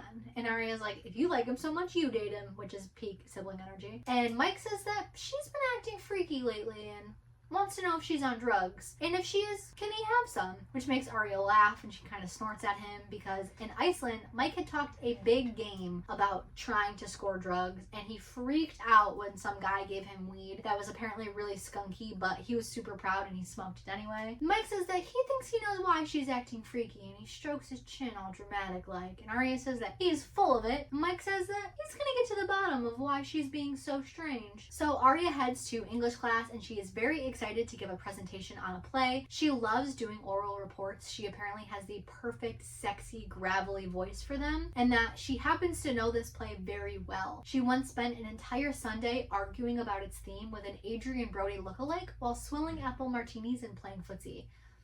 I don't know who the fuck Adrian Brody is. I don't know who that is. I don't know if I was too young when this book came out to know who he is. I don't know who that man is. I'll put up a picture of him, I guess. I don't know who that man is. I hate to say it. I hope I don't sound ridiculous. I don't know who this man is. I mean, he could be walking down the street. I wouldn't know a thing. Sorry to this man. Arya thinks that this is the perfect way to show everyone how cool Icelandic Arya is and how brainy Arya can be. Ezra shows up and Arya thinks that he looks edible, and Hannah asks Arya what kind of underwear Arya thinks that Ezra is wearing. Arya just smiles blandly at her and then thinks to herself that he's wearing striped cotton boxers, of course, but then turns her attention back to Ezra. Now Arya volunteers to go first, and she starts by telling the class that she had seen a showing of this play live in Paris. And Ezra's brows kind of go up a bit, and then she starts to set the scene for them. She goes on about the way that it looked, the way that it smelled, the things that she saw before entering the theater. Ezra tries to interrupt her when she's talking about the type of butter that they use in pastries in France, but she tries to power through this. Ezra interrupts her again and tells her he needs to know more about the play and not the feel of the seats or about the pastries. Arya sits back down. Now Noel raises his hand, not because he wants to do his report, but because he wants to say that he liked what Arya was doing. He then turns around in his seat to talk to Arya about Europe, and Ezra says, "Are you two through?" But Noel just keeps talking to Arya, and Ezra interrupts them a little too sternly to say, "That's enough." Is that jealousy that Arya is detecting? And then Hannah turns around to ask Arya what crawled up Ezra's ass. And then Arya giggles about this and thinks that she's making Ezra twitchy. And then Arya throbs. I need you to know how much I hated reading that and hated saying it even more, but if I had to read it, you had to hear it. So she wants him so badly, it's made her whole body buzz. No, wait. That's her cell phone. She's such a freak. Arya, maybe he fools around with students all the time. A lot of teachers do. Just ask your dad. Arya reads and rereads and rereads this message. The little hairs on her arms stand up. No one in their room had their phone out. No one was looking at her. She even glances out the door in the window and nothing seems out of place. Everything was still. This can't be happening, Arya whispers. The only person who knew about Arya's dad was Allie, and she'd sworn on her grave that she wouldn't tell a soul. Was she back? Chapter 14. That'll teach you to Google stock when you're supposed to be studying. This is a Spencer chapter. So Spencer strides into the reading room during her free period. Everything had been going her way today. The cold had allowed her to wear her new pale blue wool coat. The barista at their school's cafe, which, how fucking rich are these people? Because the way that this is worded, their school's cafe, not their school's cafeteria. My school definitely did not fucking serve coffee to children. So you have a whole, coffee shop in your whatever. The barista made her a perfect double skim latte. She just aced her French oral exam, and tonight she would be moving into the barn and her sister would be stuck in her cramped childhood bedroom. Despite all of that, right? Despite her day going perfectly, there was still this uneasy haze falling over her. A cross between forgetting to do something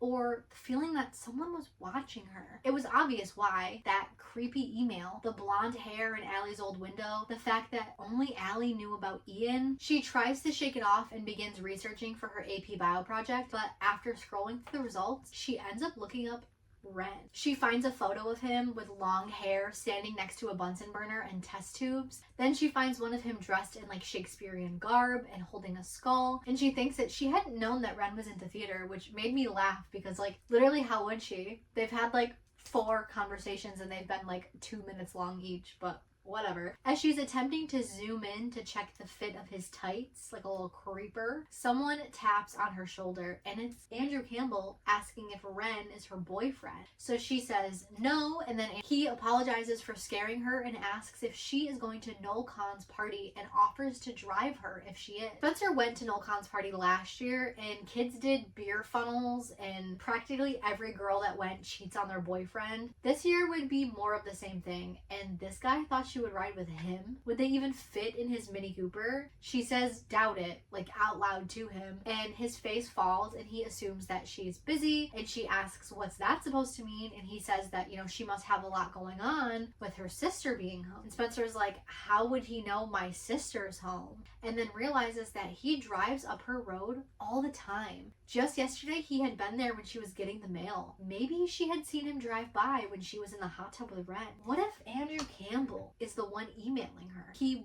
was competitive. Maybe he was trying to throw off her game for next year's class president, or even better, valedictorian. Maybe she had seen his blonde hair in Allie's window. Unbelievable. He asks if something is wrong and she just starts to gather up her stuff. He calls out for her to wait, but she doesn't. It was bizarre if Andrew was spying on her, but if Andrew was A, that meant she was safe, because whatever he knows is nothing compared to what Allison knows or knew. Spencer actually runs into Emily and they have this awkward small talk, and then Emily gets interrupted by some girl from the swim team asking them questions, and Spencer just sort of stands there and like picks at her coat and wonders like if she can just leave or if she should give a formal goodbye when she spots the blue string bracelet that Allie had given all of them in 6th grade. She made them right after the accident, the Jenna thing. Initially, it was supposed to be a prank on Jenna's brother Toby. After the 5 of them planned it, Allie went across the street to watch through Toby's treehouse. Then,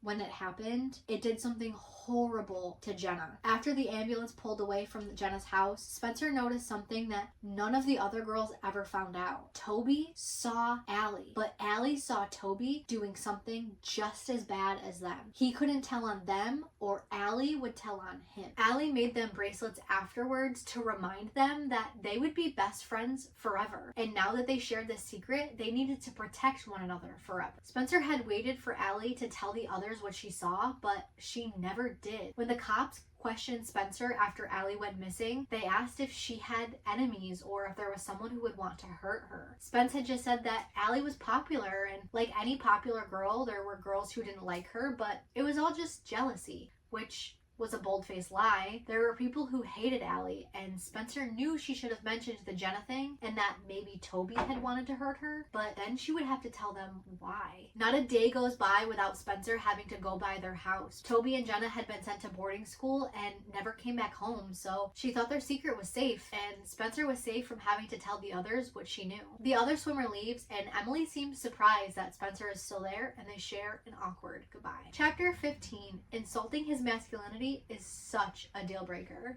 This is an Emily chapter. Emily is at swim practice and she is trying her best to concentrate. Last night, after leaving Maya, she had lain in her bed for a long time, flip-flopping between feeling warm and happy about the fun they'd had to this uneasy, antsy feeling about Maya's confession. Thinking about how giddy Maya had been and how much they had tickled and touched each other made Emily nervous. After getting home, she pored over that note from A until her eyes were blurry. By dinner time, she had decided to throw throw her all into swimming. No more skipping practice. She would be the perfect model swimming girl. Ben comes up to her in the pool and tells her that he missed her yesterday. Emily is determined now to make a new start with Ben. With his freckles and piercing blue eyes and beautifully chiseled swimmer's body, he was hot, right? She tried to imagine him jumping off the bridge. Would he laugh or would he think it was immature? Ben asks where she was the day prior and then invites her to come over after practice. She says right away that she's not sure if she can.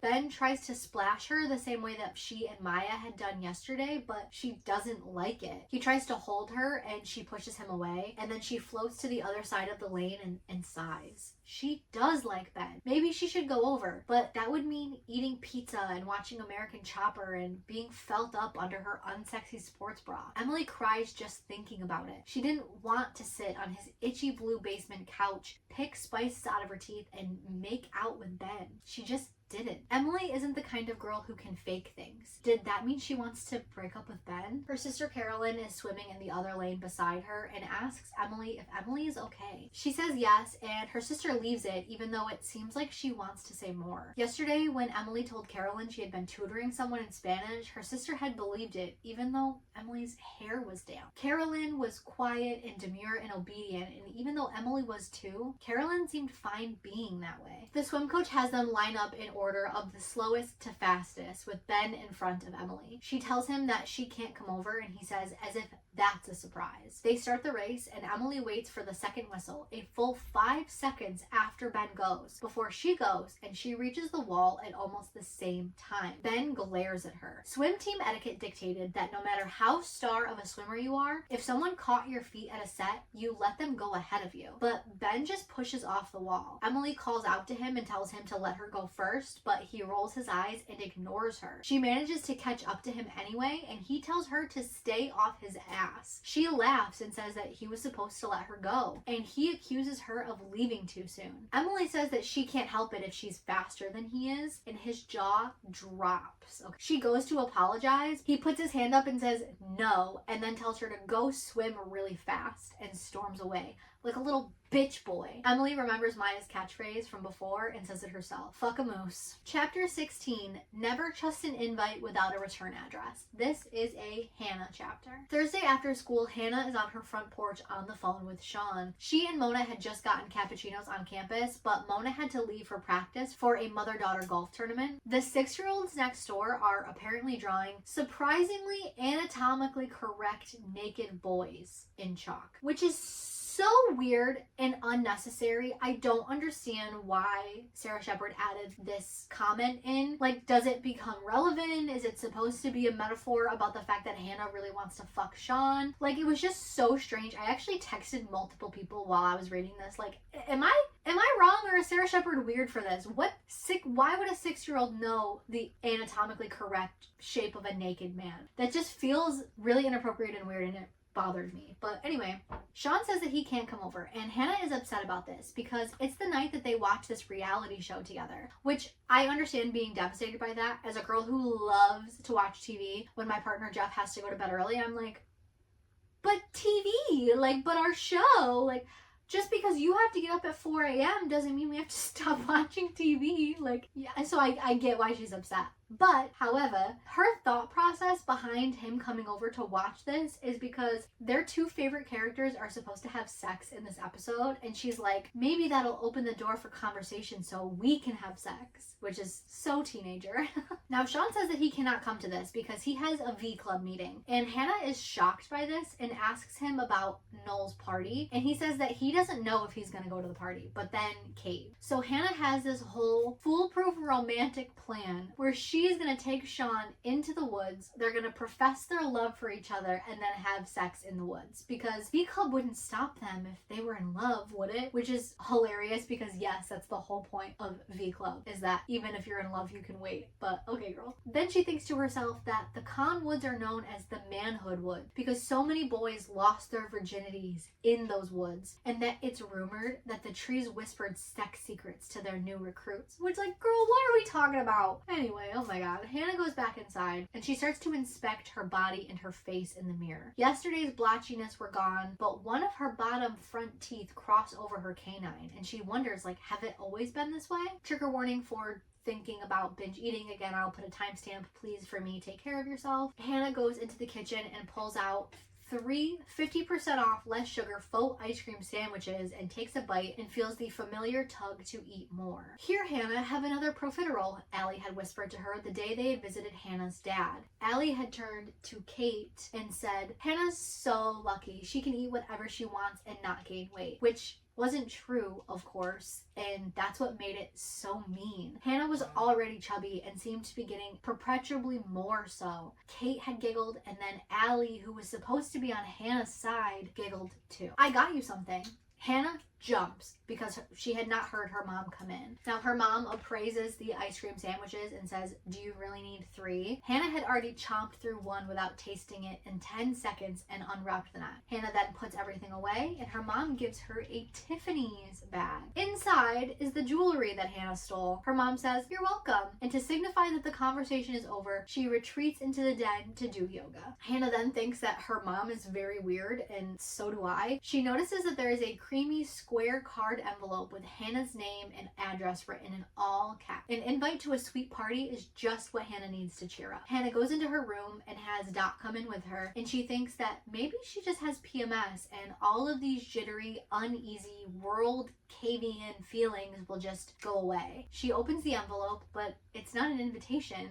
It's a note. Hannah, even daddy doesn't love you best. A. Inside the envelope is also a color printout of a private school's newsletter with familiar people in the photo. The caption read, Kate Randall was Barnbury School's student speaker at the benefit pictured here with Isabel Randall and her fiance, Tom Marin. Hannah's father looks the same as when she'd last seen him. Her heart had stopped when she read the word fiance. When had that happened? But it was the image of Kate that made her skin itch. Kate was more perfect now than ever, with glowing skin and perfect hair. Hannah would never forget the first time she saw Kate. Allie and Hannah had just gotten off the train, and at first, she only saw her dad leaning against the hood of his car. Then the door had opened, and Kate stepped out. Long, chestnut hair, straight and shiny, and she held herself like she had been taking ballet since she was 2. Hannah's first instinct had been to crouch behind a pole. She looked at her snug jeans and her stretched out cashmere sweater and tried not to hyperventilate. This is why Dad left, she thought. He wanted a perfect daughter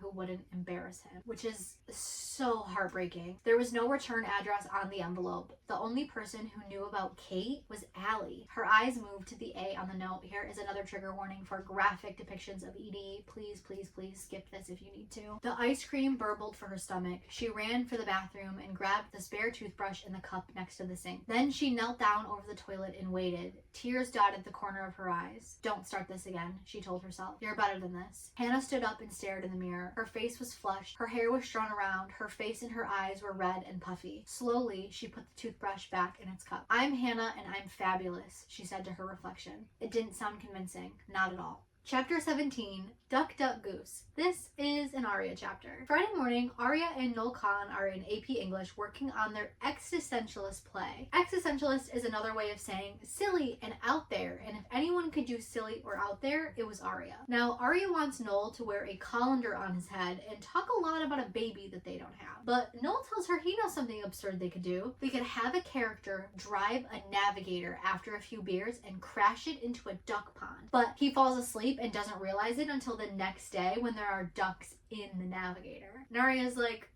that sounds awesome, but also impossible to stage. And I was like, well, it happened to me last year and it was absurd and awesome. Aria hadn't chosen Noel to be her AP English partner because she thought he would be good at it. She looks around for Ezra, but he isn't looking at them in fitful jealousy. Aria says that they should have their character think he's a duck and randomly quack. Then Noel suggests that they borrow his dad's camera and that they can make a movie instead of a play. Aria agrees that that could be very cool, and Noel says that they can now keep the navigator scene. Aria wonders if his family has a spare navigator they can crash and realizes that they probably do, which if they're talking about a Lincoln Navigator, if that's what they're talking about, maybe it's something else, but I know from firsthand experience because of people in my life, a Lincoln Navigator is a $120,000 car.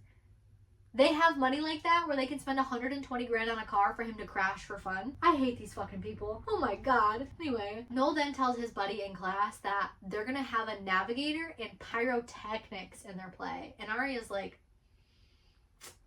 okay. She clamps her lips shut. She does not have the energy for this. She hardly slept the night before. She spent half the night thinking about that cryptic text she received while furiously knitting a purple hat with ear flaps. It's awful to think that someone knows about her and Ezra, but also awful to think that this person also knows about the stuff with her dad and Meredith. What if this person sent her mom a message next? What if A already had? Arya didn't want her mom to find out. Not now. Not in that way. Arya also can't shake the idea that maybe A is Allie. Who else would know? If that text was from Allie, that meant that Allie was alive. Or not. What if it was a ghost? Ghosts could slide through the cracks in the women's bathroom at the college bar, Snookers. Sometimes ghosts reached out to the living to make amends. If Allie needed to make amends, Arya could think of a more deserving candidate. Try Jenna. Arya puts her hand over her eyes, blocking out the memory. Screw therapy that said you should face your demons. She tried to block out the Jenna thing as much as she tried to block out her dad and Meredith. At times like this, she wished she hadn't grown so far apart from the other girls. Hannah is only a few desks over, and Arya wishes she could walk up and talk to her about this and ask questions about Allie, but time changed people. She wonders if talking to Spencer or Emily might be easier than talking to new, hot Hannah. So Ezra is now standing in front of her desk, and Arya's heart aches to see him. And when he asks how she is, she says, really awesome. Because on her flight back from Iceland, she found a 17 magazine that said, boys liked enthusiastic girls. Smart hadn't worked, so why not try Peppy? Ezra apologizes for cutting her off during her speech and offers to grade her based only on her index cards. Then she asks him how he is, and he says good, but his lips twitch like he wants to say more. Probably like he should go to hell and kill himself, but that's just me. He places his hands on her desk and leans over to look at her notebook. And when she slides her pinky finger along his, he doesn't pull away. Another student, because she is his student, calls for Ezra, so he leaves. And when he's gone, Arya sticks the pinky that touched him in her mouth. She's a real fucking freak. And when he doesn't come back, she decides that it's time to make him jealous again. She says loudly to Noel that their play should have a sex scene in it. Noel asks if the duck guy gets some, and she says, yup, with a woman who kisses like a goose. So Noel asks how geese kiss. Arya checks to make sure that Ezra's looking, and he is, and then she kisses Noel on the cheek. No one else in class seems to notice or care about this because they're busy working on their play because they're students. But Ezra, the creep that he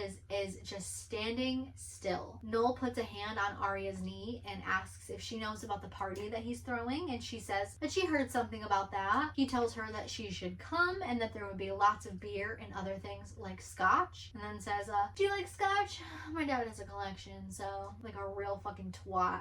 Arya says that she loves scotch, and Ezra's eyes are burning into her back, and she leans over to Noel and says, I'll totally come to your party. By the way his pen fell out of his hand and clattered to the ground, it wasn't hard to guess whether or not Ezra heard them, because he's a real fucking sicko. Chapter 18, where's our old Emily and what have you done with her? This is obviously an Emily chapter. Emily and her sister Carolyn are in their driveway of their house after practice. Carolyn asks Emily if she's going to the con party tonight, and Emily's not really sure. She and Ben have not said more than 2 words to each other outside of practice, and Carolyn also isn't sure because she and her boyfriend might go to Applebee's instead, which Emily thinks to herself, like, of course Carolyn would have to decide between a field party or an Applebee's. They get out of the car, they head into the house, and their house is a 30-year-old Continental. It's not as flashy as the other houses in the neighborhood. Their shingles are chipping a little, their deck furniture looks a little more outdated than everybody else's, and there are a few stones missing in their front path. Their mom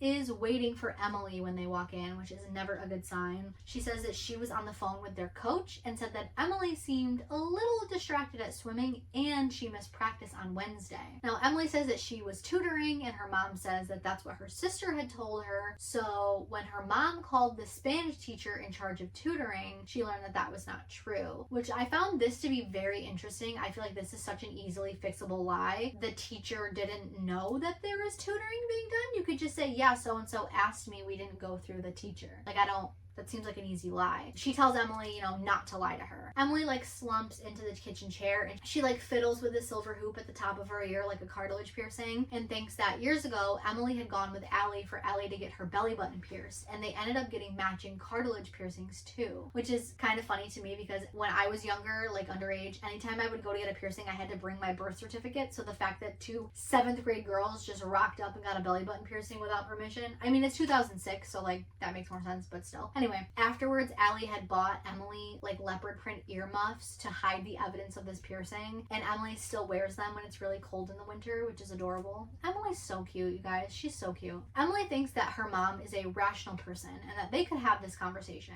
So Emily tells the truth that she was hanging out with Maya. Her mom asks, you know, why couldn't you do something after practice, or why couldn't you wait till Saturday? And Emily doesn't understand why it's such a big deal, and she promises that she will swim double this weekend to make up for the practice that she missed. But her mom won't let it go. She says that when Emily signed up for swimming, she made a commitment, and Emily kind of gets a little snarky with it, and she's like, you know, signed up for swimming as if I had a choice, to which her mom responds, what is going on with you? You're using a strange tone of voice. You're lying about where you've been. What's with the lying? You've never lied before. Emily is tired. She wants to point out that she had lied, and lied plenty. Even being the good girl out of this little group of girls, she had done a lot of things that her mother did not know about. Right after Allie went missing, Emily thought that it was somehow cosmically her fault, her punishment for Emily secretly disobeying her parents, for the Jenna thing. Since then, she tried so hard to be perfect, to do what her parents asked. She made herself into this model daughter, inside and out. Her mom just wants to know what's going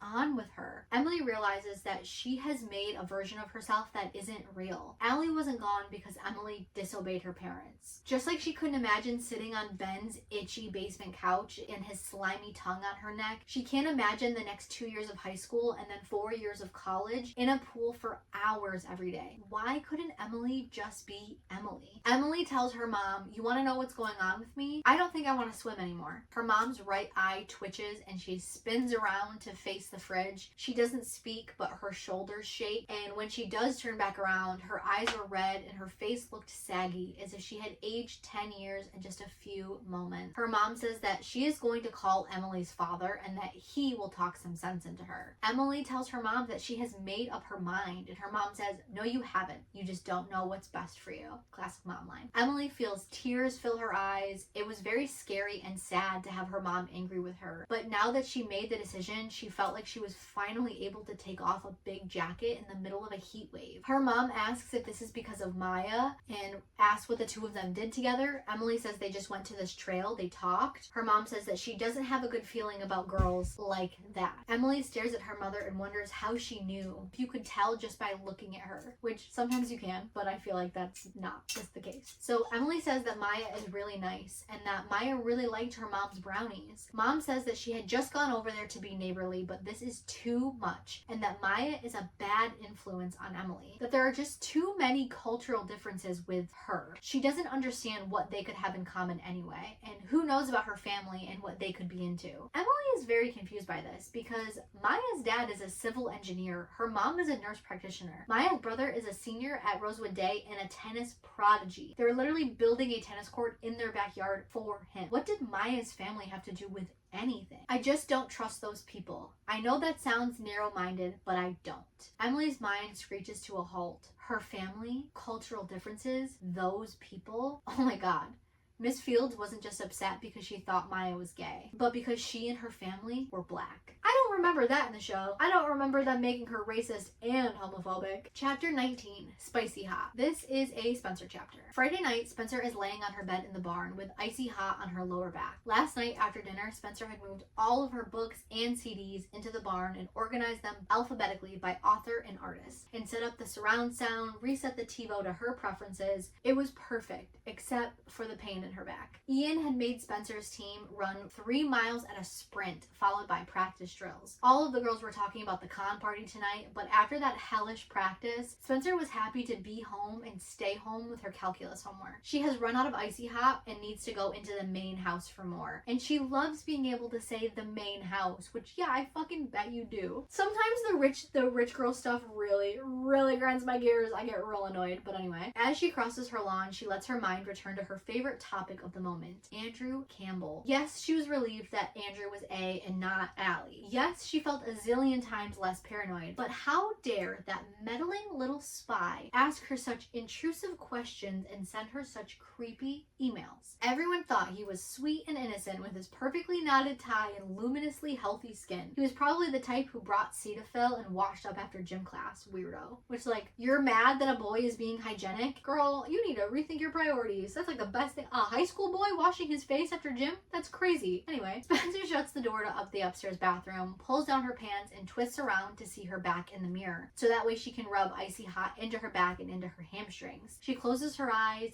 breathes in that menthol smell, and the bathroom door bursts open. Any guesses who? If you guessed one of our resident pedophiles, Ren, you would be correct. Spencer tries to pull up her pants as quickly as possible, and Ren is like, oh my god, I'm so sorry. He is still in his hospital scrubs, and he tells her he is very confused by her house, and he thought that this was the door to his bedroom, which I want to call bullshit on, but then I remembered it is a 25-room farmhouse, so I could understand him being like, I don't know where I am. Anyway, Spencer says it happens all of the time, when it definitely doesn't, and when she notices the way that he's looking at her, she looks down to make sure that one of her boobs isn't out and that there's not icy hot like on her neck or something. Ren asks her how the barn is, and Spencer grins, but then self-consciously covers her mouth because apparently she had gotten her teeth whitened at the dentist last year and they'd come out too white. She had to like drink coffee to dull them. So she asks how her sister's childhood bedroom is, and he says it's very pink and that he found a disturbing CD for Phantom of the Opera. And Spencer is confused by this because she thought that he liked plays, and he's like, well, yeah, Shakespeare and stuff. And then he's like, well, how do you know I like plays? So she's embarrassed and she does not own up to cyber stalking him. She just kind of like leans back on the counter and shrugs, but this causes shooting pain into her lower back, so she winces, and Ren asks her what's wrong, and she explains that she had pulled something at practice. She then slides her hand down her pants, rubs icy hot into her hamstring, and gives what she hopes is a sexy sounding groan, which is very brave of her. Ren asks if she needs help. He looks genuinely concerned. So she closes the door, transfers the icy hot goop in from her hand to Ren's. She thinks that his hands feel sexy, and when she looks at their reflection in the mirror, she thinks that they look awesome together. Reminder, he is a first-year med student and she is a junior in high school. Hear the sirens? He asks her where the damage is. She points to the muscle right below her butt cheeks. She grabs a towel, wraps it around her waist, and then drops her pants. She asks him not to get gel on the towel because she had begged her mom to special order these from France last year. And the icy hot ruins the towels and you can't get the smell out in the wash. And he kind of laughs at her about this, and then she worries that like, oh shit, I might sound too uptight like my sister. Ren begins to rub her muscle, and then Spencer sort of relaxes into him, and he does not pull away from her when she does this. She can feel him breathing on her shoulder, and then right at her ear, she feels radiant and fiery. He murmurs into her ear to ask if she feels better, to which she says she feels amazing, but she can't be sure if she says it out loud or not. She has this thought that maybe she should kiss him, and then the phone rings downstairs and Mrs. Hastings calls for Ren because Melissa is on the phone. Spencer jumps forward, Ren jumps backwards, and then he wipes his hands on the towel before Spencer can tell him not to. And I just need to interject here for a quick second because I was in a situation where a much older man was flirting with me. At first, I was very giggly and excited in that like, oh my god, a cute older boy's giving me attention kind of way. But when someone else came into the room that we were in, the way that he jumped away from me made me immediately feel sick because I could tell that in that moment that he knew he was doing something inappropriate because he was significantly older than me. I think he was like 8 or 9 years older than me and I was 15. The way that he jumped away from me, I knew that he knew he was doing something wrong, and that was all I could think about when I read that last sentence. Like, Ren knows exactly what he's doing, and that makes me feel sick. And I genuinely will never forgive the TV show for making that feel so normal because like, med student, junior in high school, not normal at all. Ren leaves and he closes the door, and Spencer just stares at her reflection, and then she sees a flicker. For a second, she thinks that there's someone like standing in her shower, but it's just a curtain flapping in the breeze from the open window. She notices that they had spilled icy hot on the counter, and so she draws out Ren's name and then puts it in a heart, and then she considers leaving it there until she hears Ren stomping down the hallway saying, "Hey love, missed you," and then she rubs the icy icy hot out with the heel of her hand. Chapter 20. All Emily needs is a lightsaber and a black helmet. This is obviously an Emily chapter.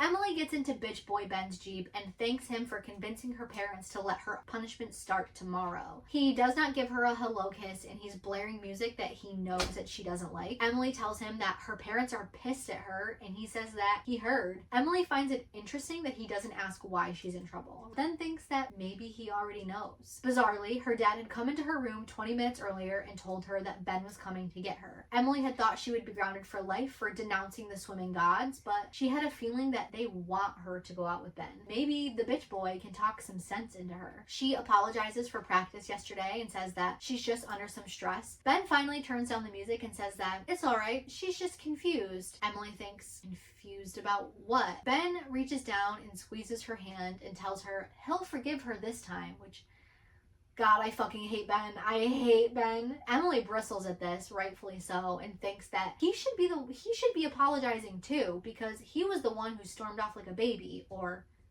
a bitch boy.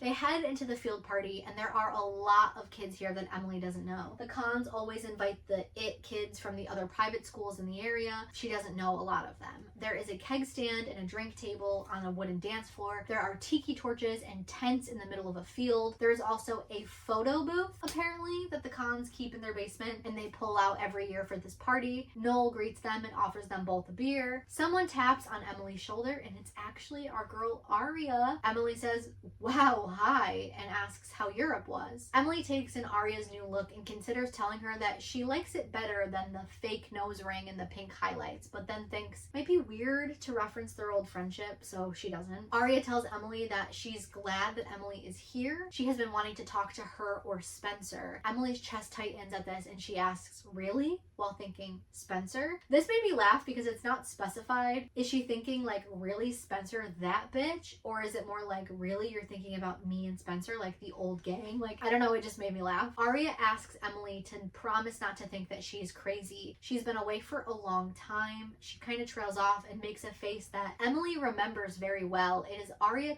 carefully picking out her words. Emily thinks that Aria might want a reunion with all of their friends and how being away for so long she wouldn't know how far they'd grown apart. How uncomfortable that would be. Aria asks if there had ever been any more news about Allie's disappearance. Emily jerks back at hearing Allie's name from an old friend and asks what Aria means. Aria asks if they ever found who took Allie or if Allie ever came home. Emily says no. Aria leans in to ask Emily if she thinks that Allie is dead. Emily says she doesn't know and asks why, and when Aria doesn't answer, asks what this is all about. Aria says nothing, and then her eyes focus on something behind Emily and her mouth clamps shut. Maya is here, and Emily almost drops her cup because she had not known that Maya would be coming. Maya explains that her older brother had wanted to come, and so she tagged along. Emily goes to introduce Maya to Aria, but Aria has already gone. Ben then reappears next to them and says, "So this is Maya, the girl who turned Emily dark side." Emily asks what dark side, and he says quitting swimming,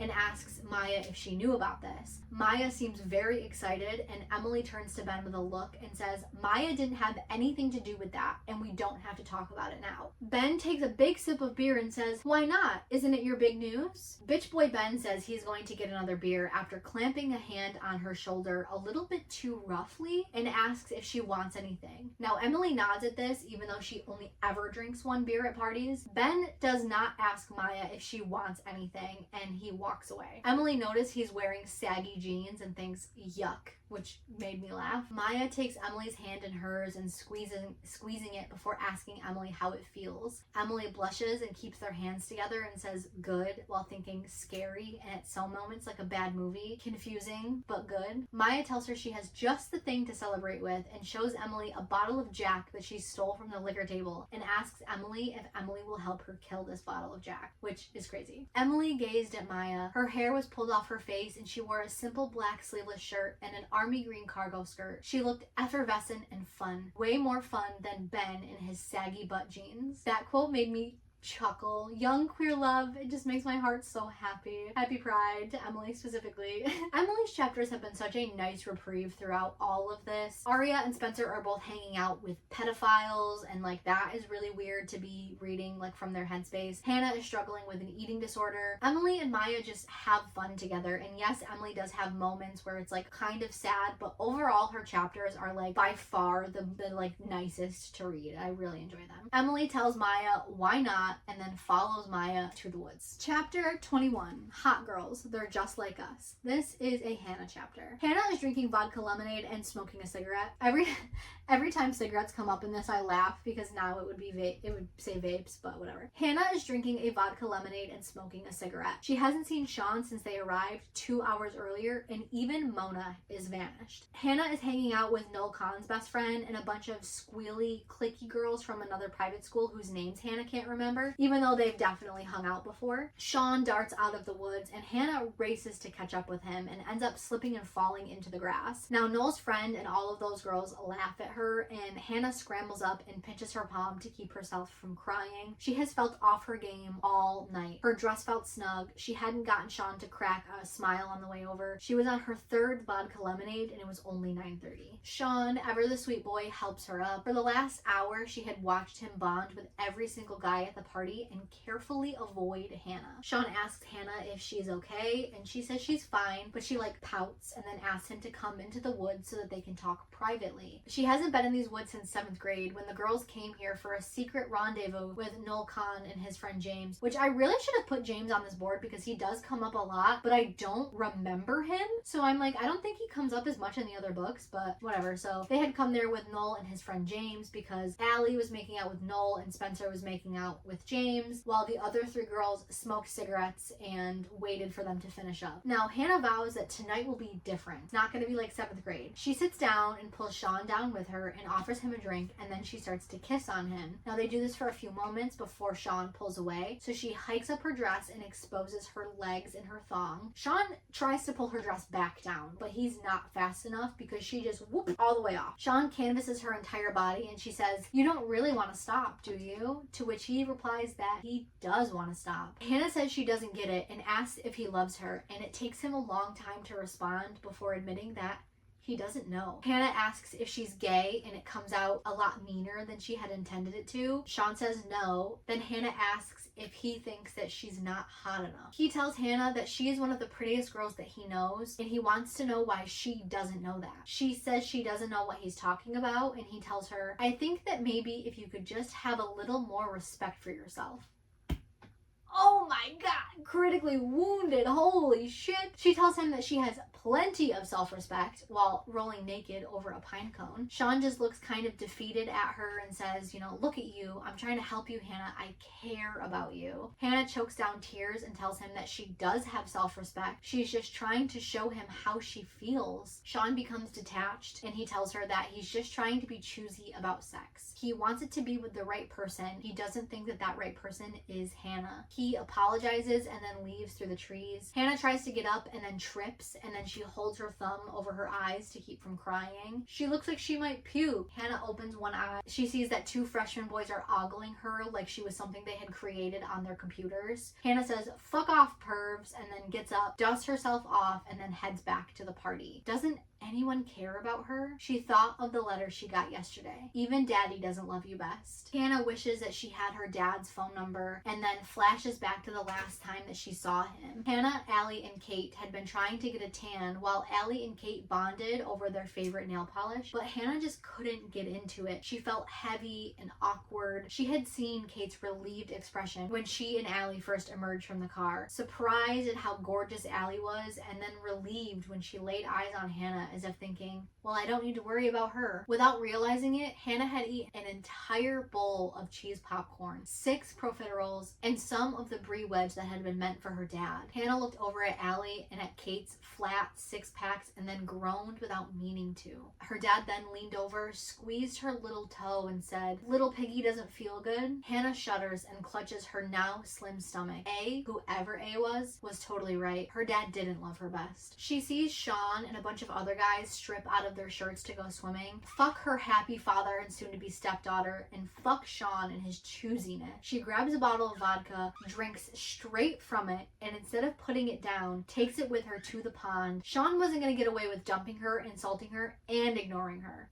No way. She goes to the pile of his clothes and then takes his clothes. What would V-Club say about him driving in his boxers? Something falls out of the pocket of his jeans. Once Hannah's vision undoubles, she realizes it's the keys to his car. Sweet, she whispers. It was a gorgeous night for a drive. Chapter 22. Beer baths are good for the pores. This is an Emily chapter. Emily and Maya duck into the photo booth after seeing Mona and then Noel's older brother skip away with their photos. Bitch boy Ben, nowhere to be seen, and the two girls are so squeezed together in their photo booth that their shoulders and their thighs touch. Emily takes a shot of Jack and then holds the bottle up triumphantly in the first shot. The two of them smush their faces together in the next. The next one, Emily rolls her eyes back and Maya puffs out her cheeks. The final picture is of them looking semi-normal but nervous. Emily goes to leave and grab the picture, but Maya asks if they can just stay there for a sec. The booth is such a great hiding spot. Maya pushes the hair out of Emily's eyes and asks how she's been. Emily sighs and thinks to herself, confused, upset at my possibly racist parents, afraid I made the wrong decision about swimming, kind of freaked out about sitting so close to you. She settles on,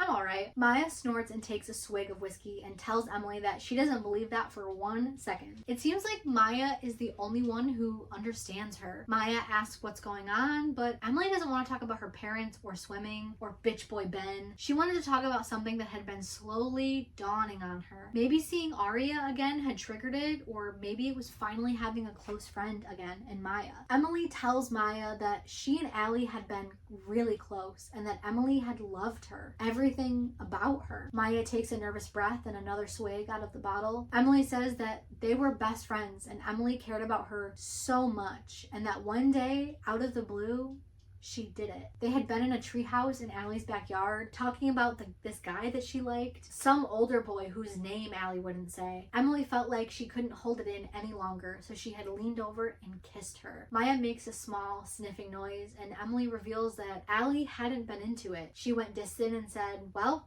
now I know why you get so quiet when we're changing in gym. Emily takes another swig and feels dizzy. She has never had this much to drink in her life. Allie told Emily she didn't think that friends should kiss. Emily had tried to play this off like it was a joke, but when she got home, she knew it wasn't a joke. She wrote Allie a letter telling her how she felt and that she loved her, and she doesn't think that Allie got it though, and if she did, she never said anything about it. Emily thinks about Allie a lot. She had pushed the memory away and convinced herself it was just about Allie being her best friend, but not anything else. Now she knows. They sit in silence for a few minutes, listening to the sound of the party around them. Emily isn't surprised. It was scary, but it was the truth. In a way, it felt good to have it figured out. Since we're sharing, Maya says, trigger warning here for mentions of self-harm. Please, please, please, please, please take care of yourself. I will put a timestamp for you to skip to. She tells Emily she has something to tell her too. She shows Emily the scar on her wrist and tells her it's from one of the times that she had cut herself. She hadn't known it would go in so deep. There had been so much blood, and her parents had taken her to the emergency room. Maya explains she tries not to do it anymore, but sometimes she feels like she needs to, and tells Emily that she can touch her scar. Emily does, and it feels like the most intimate thing she has ever done. She hugs Maya, and Maya buries her face in Emily's neck. Emily wonders what it's like to cut yourself and watch yourself bleed. Even in the wake of her worst memories, being rejected by Allie,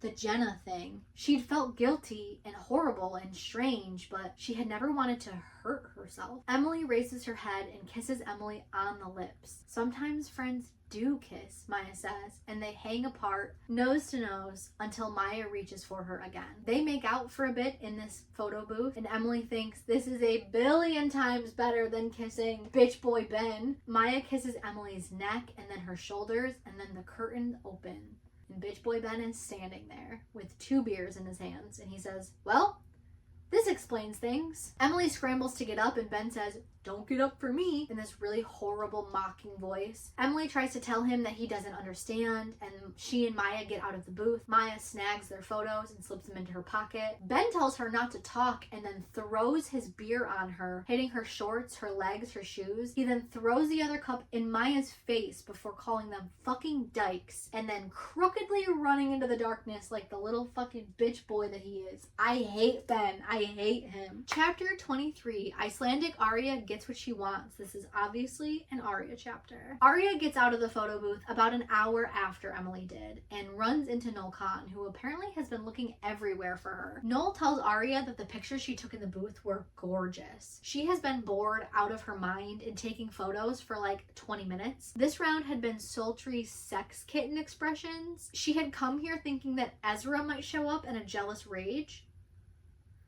But of course he wouldn't, because he's her teacher and he wouldn't come to a student's party. Noel says he has to run and help someone quick with the keg, but he kisses Arya on the cheek and tells her not to leave. Mona and then Noel's older brother are really stoned. Mona tells Arya that Noel really likes her. Arya searches for something to say about this, and then her phone beeps because Ezra is calling her. He tells her that he's at home drinking scotch and thinking about her. A glow passes through Arya and she agrees to come and see him. He gives her directions, which she takes because she can't admit that she had looked up his address on Google Earth. As an avid Google Earth user, girl, I get it, but also please, please, please, I need you to calm down. Please, girl, I need you to relax just a little bit.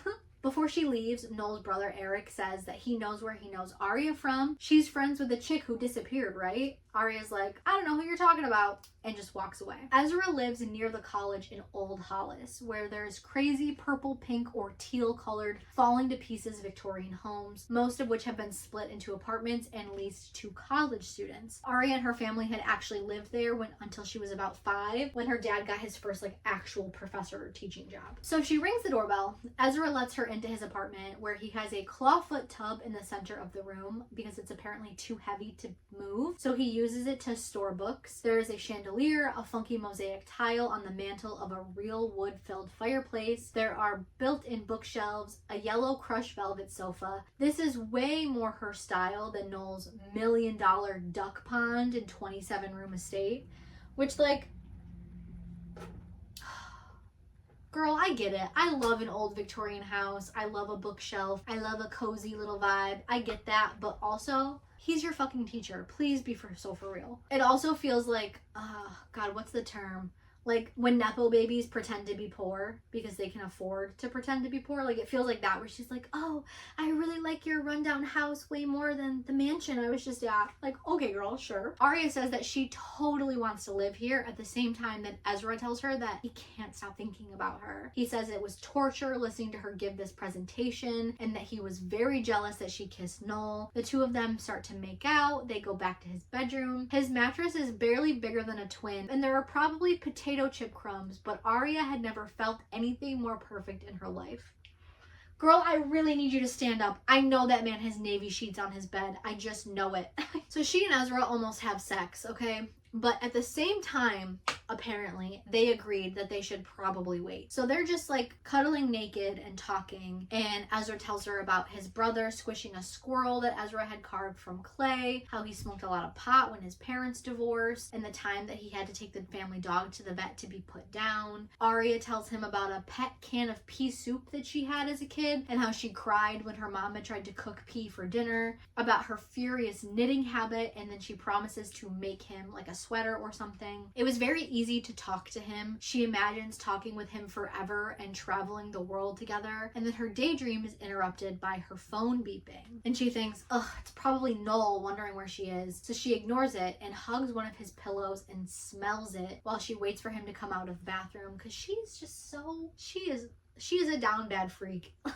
I don't know. But her phone keeps beeping and beeping and beeping. So she grabs her phone and sees that she now has 7 text messages, all with the same title: Student Teacher Conference. Arya's stomach turns when she opens the first message. Arya, that's some kind of extra credit. Love ya. A. P.S. Wonder what your mom would think if she found out about your dad's little, study buddy and that you knew. Arya reads the next and the next and the next and the next, and they all say the same thing. She drops her phone on the ground. She needs to sit down. No. She needs to get out of here. She calls out to Ezra, lets him know that she has to go. There's an emergency. She yanks her shirt over her head and then says she'll call him. She grabs her bag, tears out the door across the yard. She needs to get away.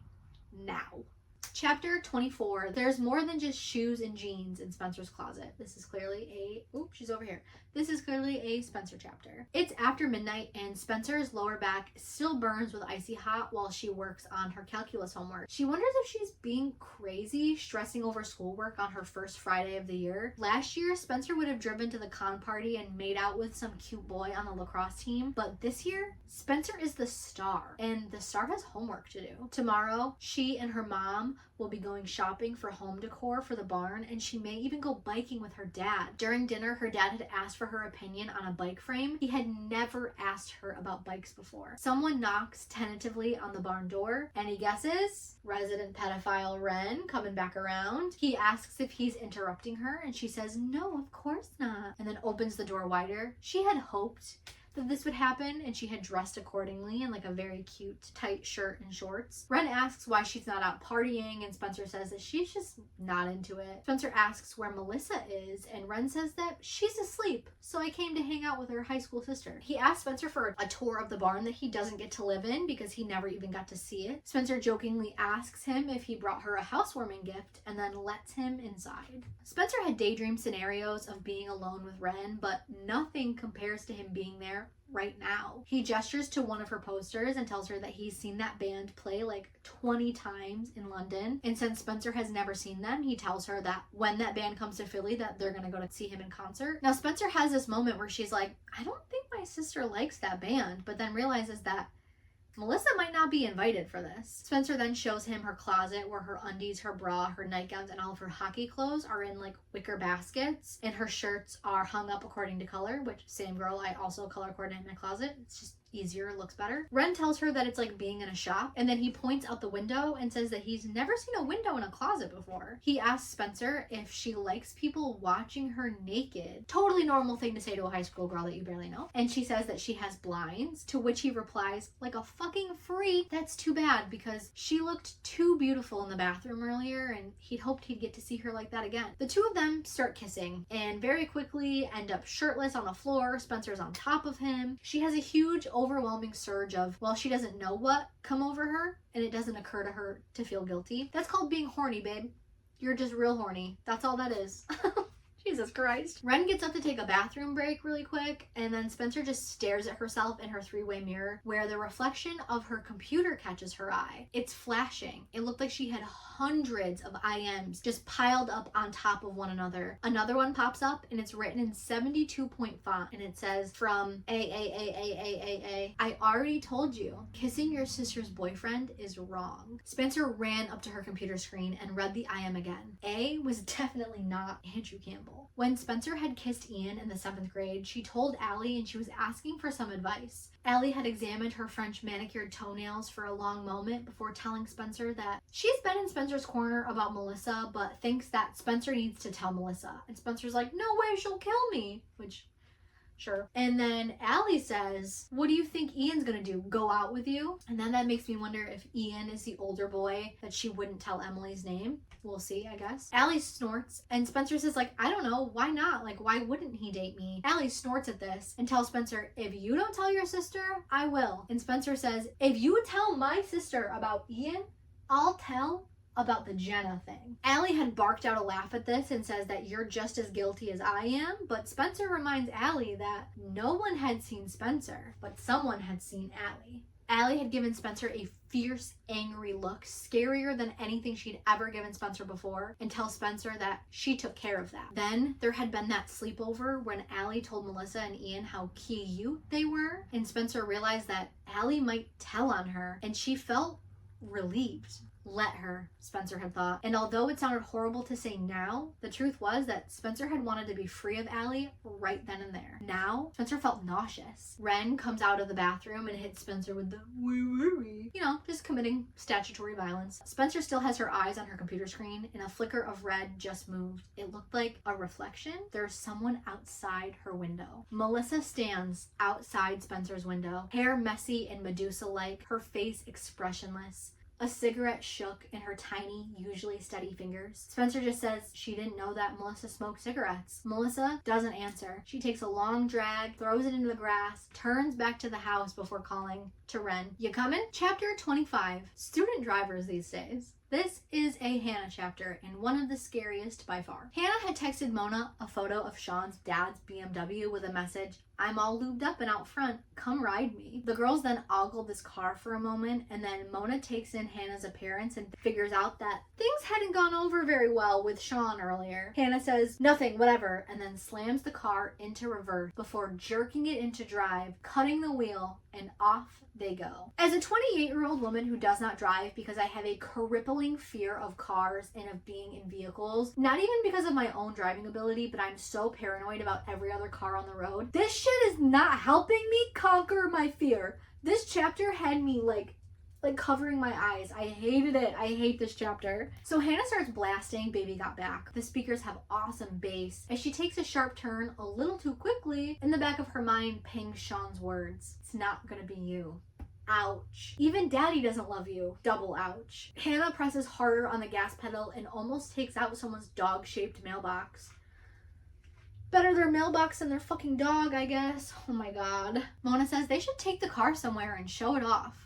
Like Wawa, because you definitely go to a gas station to show off your nice car. She wants tasty cakes, and Hannah teases her about being super baked while taking a swig of vodka. Remember, she's behind the wheel of a car. Mona says she's not just baked, but broiled. The two of them stumble out of this car singing "I like big butts and I cannot lie," while a couple of grubby delivery guys just stare at them like this. Mona asks one of them for their hat, and he just gives it to her without a word instead of, I don't know, call the cops about the obvious underage drunk driving. Okay, fine. They go in. Mona grabs 16 butterscotch tasty cakes and a copy of Us Weekly. Hannah buys a 10-cent Tootsie Pop, and then when Mona isn't looking, crams Snickers and M&Ms into her purse. Mona says, "I can hear the car. It's screaming." Hannah had activated the car alarm in a drunken haze, so the two of them run back to the car, right? They leave. Everything around them is closed. The highway is barren, which is why Hannah yelps when a car stealthily rolls up beside her. They stare at this car, it revs its engine, and Mona whispers that this car wants to race. After a moment of him just revving his engine again, Hannah raises a brow, feeling drunk and invincible, and Mona whispers, "Do it." Hannah swallowed hard. The light turned green.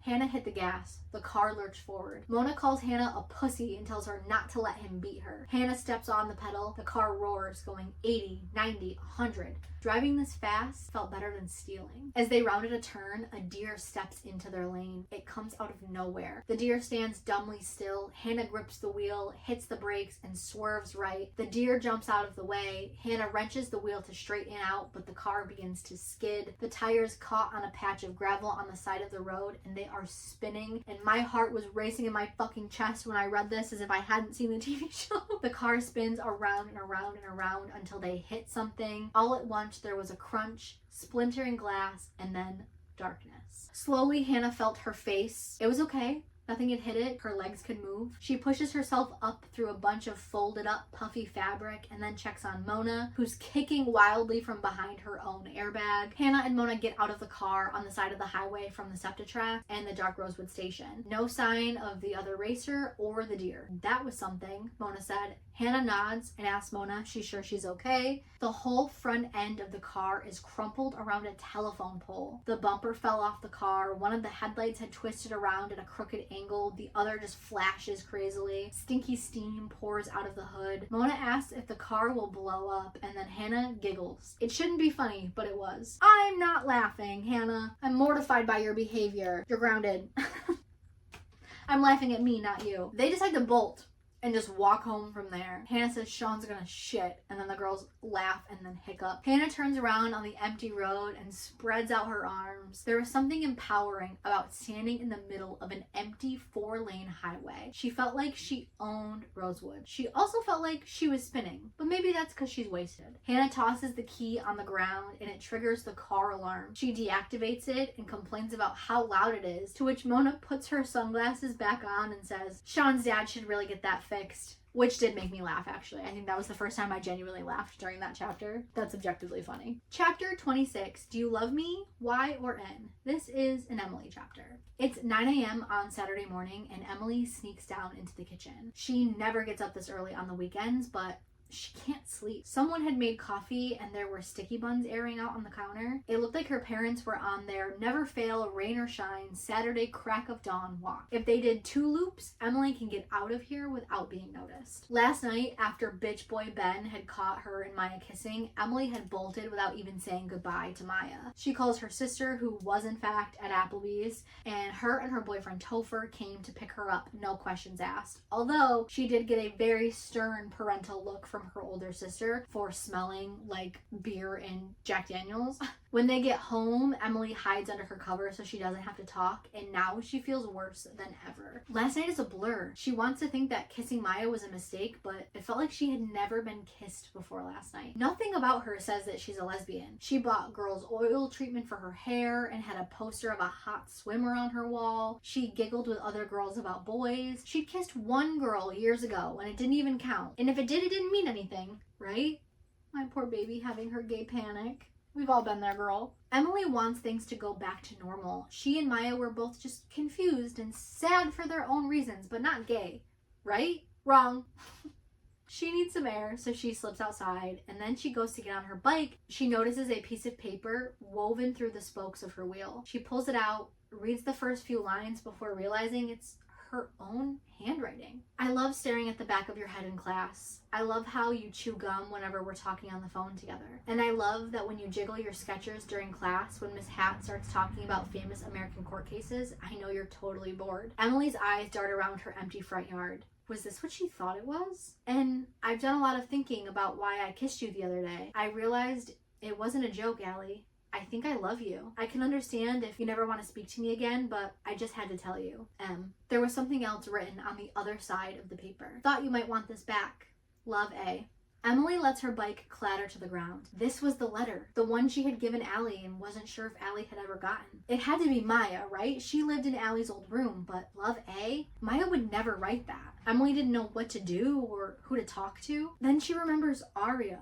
So much had happened after their bizarre conversation that Emily had forgotten all about it. What had Aria's questions about Allie been about? And Aria seemed nervous. Emily sat on the ground and examines the note again. If she recalled correctly, Aria had handwriting like this. In the days before Allie went missing, she had hung the kiss over Emily's head, forcing Emily to do whatever she wanted. It hadn't occurred to her that Allie might have told the rest of their friends, but her parents are back from their walk and they ask if she is going for a bike ride. Her dad tells her that she's grounded and that bikes are off limit. They had only let her go last night in hopes that bitch boy Ben could talk some sense into her. Emily stands up and she decides that she doesn't need to explain things to her parents. She throws her leg over her seat and mumbles that she has somewhere to go and pedals down the driveway. Her father yells to come back, but for the first time in her life, she just keeps pedaling. Chapter 27, Don't Mind Me, I'm Just Dead. This is an Aria chapter. Aria wakes up to her doorbell ringing, only it's American Idiot by Green Day instead of their normal doorbell. She wonders when her parents had that changed and then opens the door, gasping when she sees Allie, taller with blonde hair cut into shaggy layers. Her face looked more glamorous and angular than it did in 7th grade. Ta-da! Allie grins and spreads out her arms. Aria asks Allie where she's been, and Allie explains that she'd been visiting Miami with her aunt and liked it so much that she just stayed. Her parents forgot to tell everyone. She asks Aria if she liked Allie's text, and Aria says, no, actually. And Allie manages to look hurt by that. Why not? The one about your mom was so funny. God, you're so sensitive. Are you gonna blow me off again? Aria's like, wait, what? Allison gives Aria a long look and a black gelatinous substance begins to leak out of her nose. I told the others, about your dad. I told them everything. Arya points to Allie's nose and it starts to drip from her eyes and her fingers too. Oh, I'm just rotting. Arya jerks out of bed, drenched in sweat. Her brother is blasting American Idiot in the next room. Arya checks her hands, but they're clean. She heads downstairs and asks her dad if ghosts can send texts, to which he said, "What's a text?" Which, okay, sure, pal, you have a phone plan for your kid and you don't know what texting is? Back when it used to cost money per text message? Yeah, fucking right, you don't know what a text is. Get out of here. Arya's like, never mind. And then she doesn't really know why Allie would come back to haunt her anyway.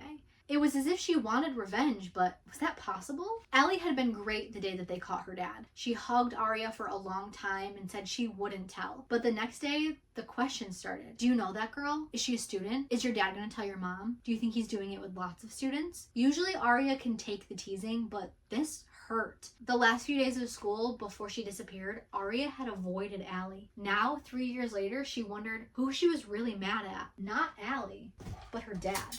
The doorbell rings, so Arya leaves to go answer it, and it's Emily. Her reddish blonde hair is messy, her eyes are swollen. Emily goes to leave, but Arya's like, wait, stop, tell me what's going on. Emily tells Arya it's going to be weird and explains that she was thinking about what Arya had said about Allie and asked if Allie had ever told them anything about her. Arya's like, recently?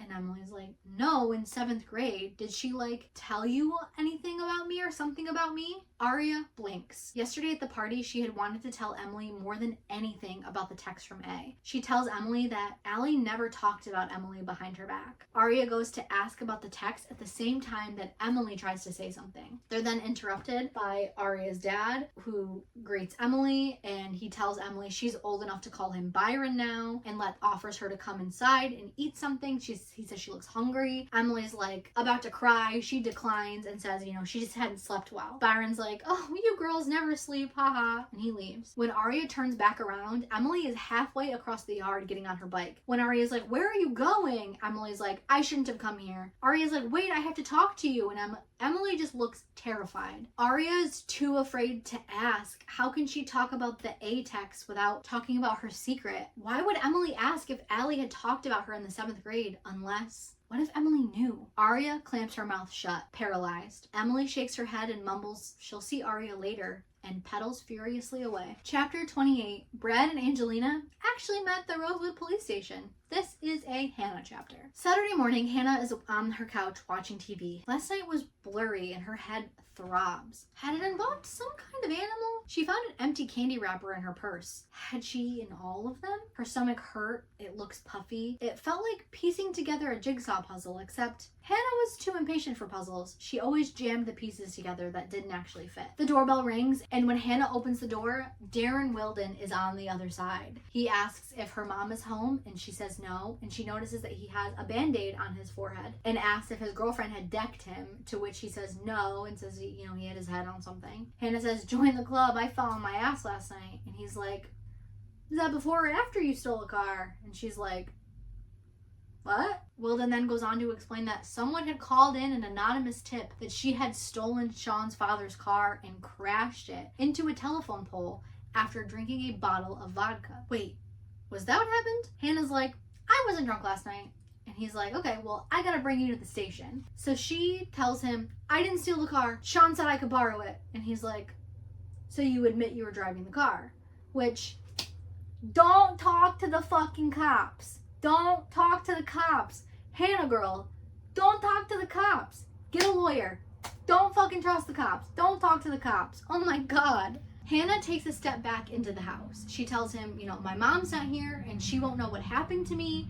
He's like, he puts his hand in his pockets and then he's like, we'll call your mom when we get to the station.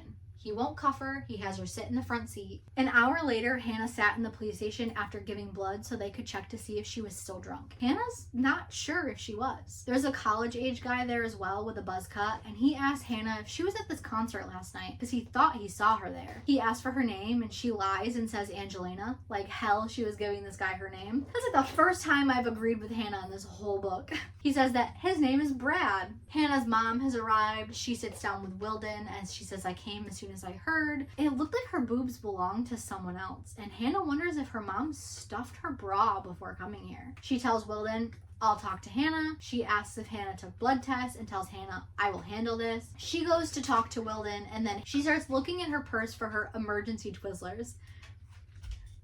I need to interject. This is my purse, okay? It's super cute. Do you know what I keep in my purse? This is my emergency stack of M&Ms. These ones are peanut butter. I buy like the big bag of mini M&Ms, and then when the tube runs out, I just refill them, because you never know when you're in public and you need an emergency M&M. What if I forgot to eat lunch that day? And I just need, what if I need to take the edge off? It's fucking stupid. Second time I've agreed with Hannah in this book. Not giving strange men in a police station your name and keeping snacks in your purse for emergencies. That's my girl.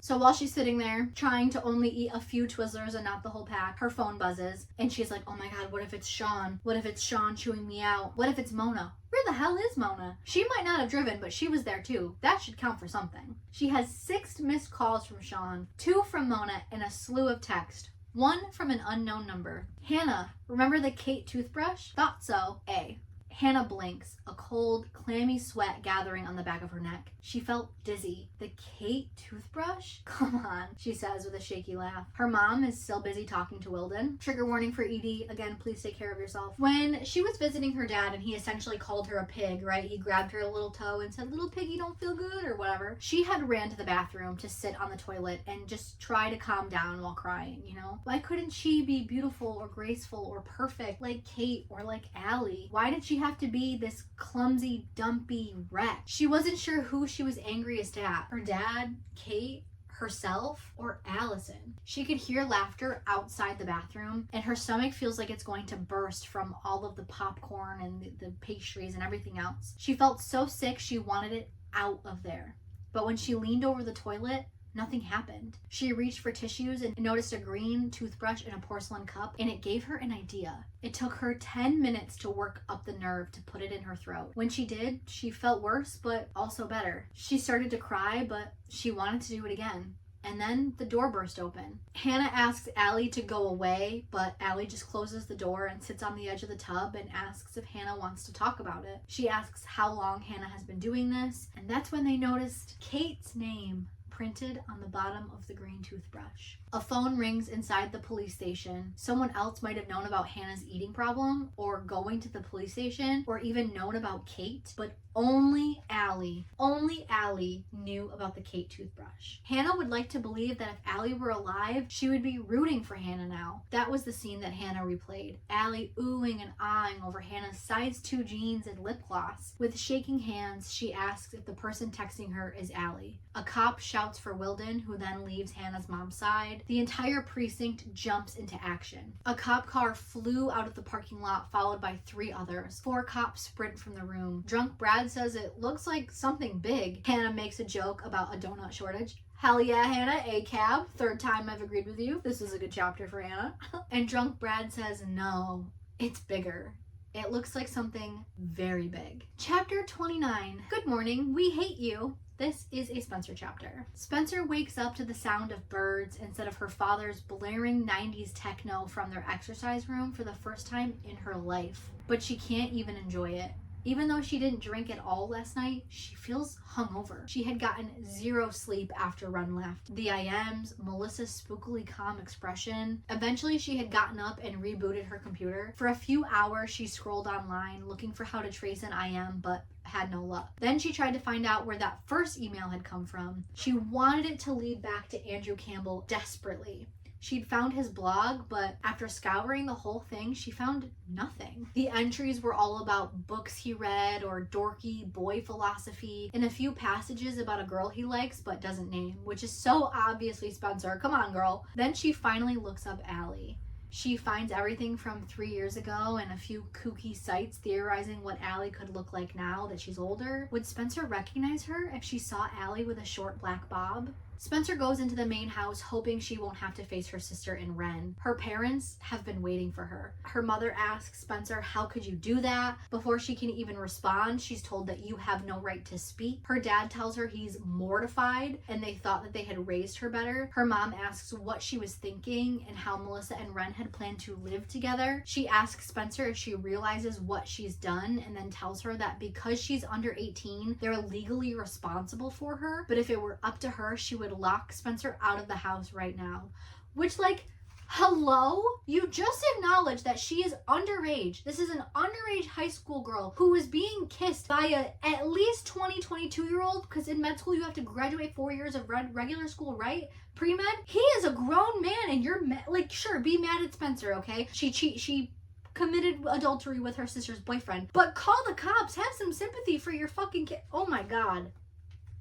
Anyway, her sister tells her that she wished she never had to see her again. Spencer's like, I wish they would just say that they're joking, but her dad's words just like sting in her ears. I'm mortified, you are my daughter. No one had ever said anything like that to her before. They inform Spencer that her sister will be moving into the barn, and when Melissa's townhouse is done being renovated, the barn is going to be turned into a pottery studio for her mother. Spencer wills herself not to cry. It's not even the barn that matters, it's what it represents. Her parents doing things for her, with her, caring about her, wanting to spend time with her. Her mom won't even let Spencer touch her and tells Spencer that she isn't the one Spencer needs to apologize to. Spencer tries to put herself in Melissa's shoes and does feel bad, so she tries to apologize. Her sister tells her to rot in hell. Spencer bites the inside of her cheek so hard that she tastes blood. Her mom tells her to get her things out of the barn and get out of their sight, calling her despicable and a bitch. Spencer nods, thinking that if she just agrees, maybe they'll stop piling on her. She wants to shrivel up into a ball and evaporate. Spencer agrees that she'll go do it right now. Her sister cries the entire way up the stairs before slamming her bedroom door. Her dad informs her that Ren left last night. They won't ever be hearing from him again, and if Spencer knows what's good for her, she won't ever mention him again. Spencer hears the sound of an ambulance coming towards the house, and then she has this moment of absolute panic, because what if her sister tried to hurt herself? So she yells out for her sister and she runs up the stairs, and her sister screams back,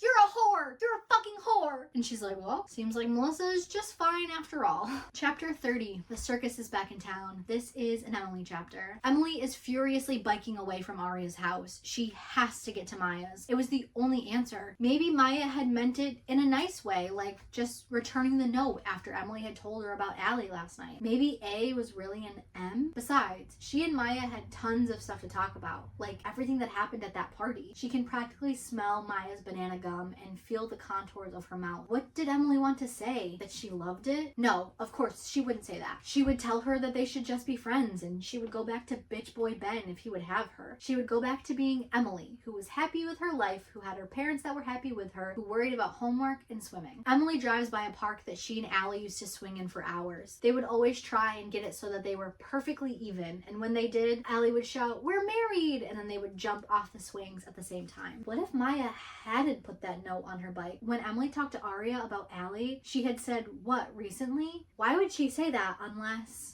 Aria knew something? Unless Allie was back. Was that possible? No, that was crazy. Their parents still exchange holiday cards. She would have heard if she was back. When Allie vanished, it was all over the news. If she was back, surely that would be the top story again. Every night for almost a year after Allie's disappearance, Emily would ask her magic 8-ball if Allie would come back. Although sometimes it would say wait and see, it never, ever said no. She'd also made bets with herself. If 2 kids get on the bus today wearing red, Allie is okay. If they serve pizza at lunch, she's not dead. If coach starts practice with turns, Allie will come back. 9 out of 10 times, according to Emily's superstitions, Allie was on her way back to them. Maybe she'd been right all along. If Allie was back, what would that mean for her friendship with Maya? She doubted that she could have 2 best friends that she felt so similarly about. She means gay. She'll get there.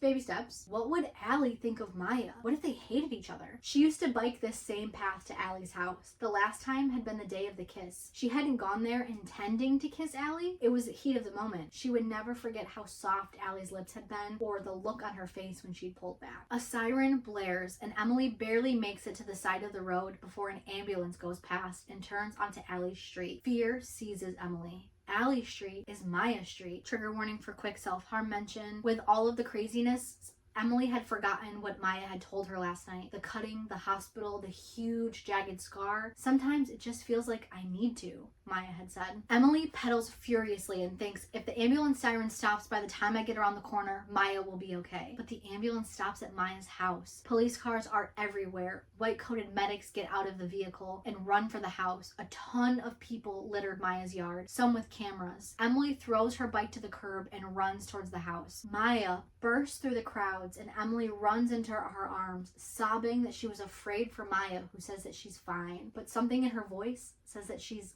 not fine. Emily asks what's going on, and Maya tells her they found your friend. Emily takes in the scene around her. So eerily familiar. The cop cars, the crowds, the cameras, a news helicopter, exactly the same as 3 years ago when Allie went missing. Emily is in disbelief. She had been right. I knew it, she whispered. Maya takes Emily's hands and explains that they had been digging for the tennis court. Her mom had been there and saw her. Maya had heard her scream from inside the house. Emily drops Maya's hand and asks, wait, what? Maya's like, I tried to call you. Emily takes in Maya's mom sobbing by the tire swing, the police tape, the morgue van parked in the driveway. She had to read it 6 times before it makes sense. Her heart speeds up. She can't breathe. I don't understand. Who did they find? Maya looks at Emily sympathetically and whispers, your friend Allison. They just found her body. Chapter 31, Hell is Other People. This is an Aria chapter. It's 2 p.m. on Sunday and the Montgomery family is sitting around the kitchen table. Byron explains that they had found her while excavating the concrete slab in the De Laurentiis' backyard. Ella adds that she was under the concrete, but they knew it was her from the ring that she wore. They're doing DNA just to be sure. Aria remembers Allie's white gold initialed ring. They had gotten it for her when she was 10 after she had her tonsils out. She likes to wear it on her pinky. Mike asks if the body is all decomposed and they scold him for being insensitive, but Aria says that she can handle it. They tell her yes and that bodies break down pretty fast. Aria closes her eyes. Allison was dead. Her body was rotted. Someone had probably killed her. Her parents offer her a Xanax and she shakes her head, but her brother says he'll take it. She didn't know what to think. The only person who might make her feel better is Ezra. Her parents ask what they can do, but she ignores them and heads to her room. Her room is a disaster. She hasn't cleaned since moving home from Iceland. Her clothes are everywhere and her bed is covered in lots of stuff, including pigtunia and line drawings of Ezra's profile. My girl's such a freak. She searches her room for her phone, but then remembers she dropped her phone like it was poisonous after getting those texts. She storms downstairs, tells her parents she's taking the car. Remember, no license. I'm taking the car. And they're like,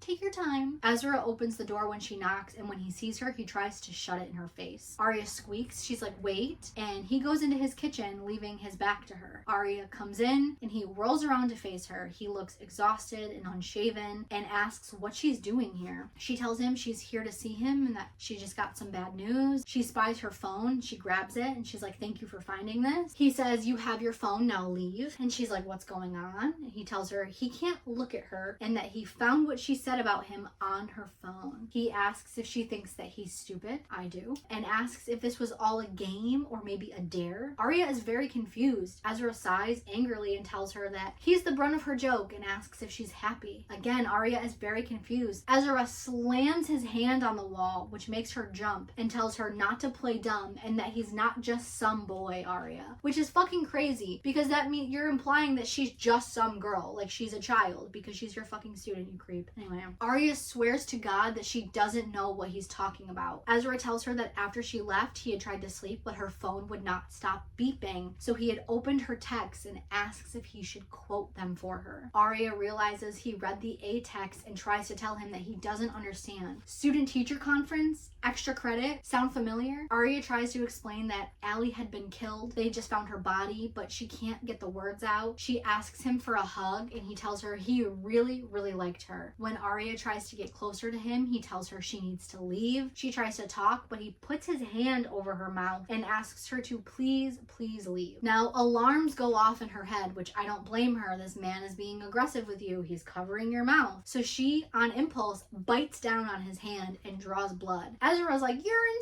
mean? She can't speak, so she turns to run for the door, and Ezra throws a book at her and tells her to get out. Which, like, hello? She's actively running away from you. What are you, a fucking cop with a gun? Oh my god. Anyway, Arya slams the door and runs across the lawn as far as her legs will carry her. Chapter 32, Fallen Star. This is a Spencer chapter. The next day, Spencer stands in her old bedroom window, smoking a cigarette and watching Allie's backyard. The flashing lights had stopped since they found her. The police had covered the concrete with do not cross tape. It was beyond awful to think that Allie's body had been next door, rotting for 3 years. Spencer remembered the construction. They dug the hole right around the night she went missing. She knew too they'd filled it after Allie disappeared, but wasn't sure when. Someone had just dumped her there. Spencer had hardly exchanged a word with her parents since the confrontation yesterday. She had wandered outside after hearing a siren. Ambulances still make her nervous after the Jenna thing. The police told her to stand back, and Spencer sees the morgue van and hears Allison through the policeman's walkie-talkie. Her body had grown cold and she had fainted. Someone spoke to her. She didn't know who, only that it wasn't her parents. They gave her a blanket and explained that she's in shock and told her to just sit for a moment and calm down. Her parents had left without even bothering to see if she was okay because they're fucking evil supervillains. What do you mean? She had spent the rest of Saturday and most of Sunday in her room, only going to the bathroom when no one was around. Spencer had hoped that maybe someone would come and check on her, but when she heard a small knock on her door, she ignored it. She didn't know why, but whoever it was had sighed and then left. Then, a half hour ago, Spencer watched her family get in their car and leave. Spencer pulls up the first email from A after reading it a few times and replied and asked if they were Allison. Were the police lights making her trippy? Ted girls don't have email or IM. Someone was pretending to be Allie, but who? She hears a plink sound and realizes that someone is throwing pebbles at her window. She thinks it might be A, but it's Ren, who smiles when he sees her. Spencer bolts down the stairs, not caring what she's wearing or how she looks. She throws her arms around him. He kisses her head. He looks exhausted, and Spencer wonders if he has to sleep in his car now that he's been kicked out of the Hastings household. Now, Ren knows he's not supposed to be here, but he noticed that her parents' car was gone. He wanted to come sooner, but there were all of these police cars. He asks if she's okay, and she asks if he is, and if he has somewhere to live now. He says he can crash on a friend's couch, and Spencer's wishes that she had a friend's couch that she could crash on. Spencer asks if Ren and Melissa are over, and he's like, of course. It was obvious. With Melissa, it wasn't like he trails off, but Spencer knows that he means it's not like being with her, the minor, the high school girl. Spencer looks over to Allie's house. Someone had started a shrine for Allie. She had even propped up a picture of Allie smiling. Spencer had taken that picture in 7th grade. The 5 of them had been spying on Melissa when Ian picked her up for their winter formal. Spencer had gotten the hiccups from laughing when Melissa had tripped down the front walkway while trying to make a grand entrance. That was probably their last carefree memory because the Jenna thing happened not soon after. Spencer tells Ren that he should go. It was crazy here, and she didn't know when her parents would be home. Ren asks if they can see each other again, and then they kiss. Spencer doesn't have his number, but he says not to worry, that he'll call her, which... how do you have her number? But whatever. As he leaves, her eyes sting with tears again. If only she had someone to talk to. She glances at the Allie shrine and wonders how the other girls are dealing. A car comes and she worries it's her parents. She can just make out Andrew Campbell and gasps, hiding behind her rose bushes. He puts something in her mailbox and then drives away. She waits till he's gone and then sprints to the mailbox and finds a folded up sheet of paper. Hey Spencer, I didn't know if you were taking any calls. I'm really sorry about Allison. I hope my blanket helped you yesterday. Andrew. Spencer reads and rereads the note. Blanket? What blanket? Then she realizes it was Andrew who helped her. She crumples up the note and starts sobbing all over again. Chapter 33, Rosewood's Finest. This is a Hannah chapter. Sunday night, Hannah is watching the news coverage about Allie while angrily eating Cheez-Its. Allie's mom is on screen, looking pretty with dangly earrings and shaggy hair, explaining how they will be holding a service in Rosewood as it was the only home that Allie had ever known. Hannah wishes that she had someone to talk to about the police, about A, but mostly about Allison. Sean was out for obvious reasons. Her mom, who was on a date, was useless. Last night after the hubbub at the police station, Wilden had sent them home. Neither her or her mom had known what was happening, only that it involved a murder. On the drive home, instead of reprimanding Hannah, she told her she would take care of it. Hannah had no clue what that meant. She couldn't call Mona because she was still in Florida. They had spoken briefly, but Mona had played dumb when the cops reached out to her, so there was that. Because she had stolen that guy's hat, she didn't show up on camera. And then there was A. Or if A was Allison, would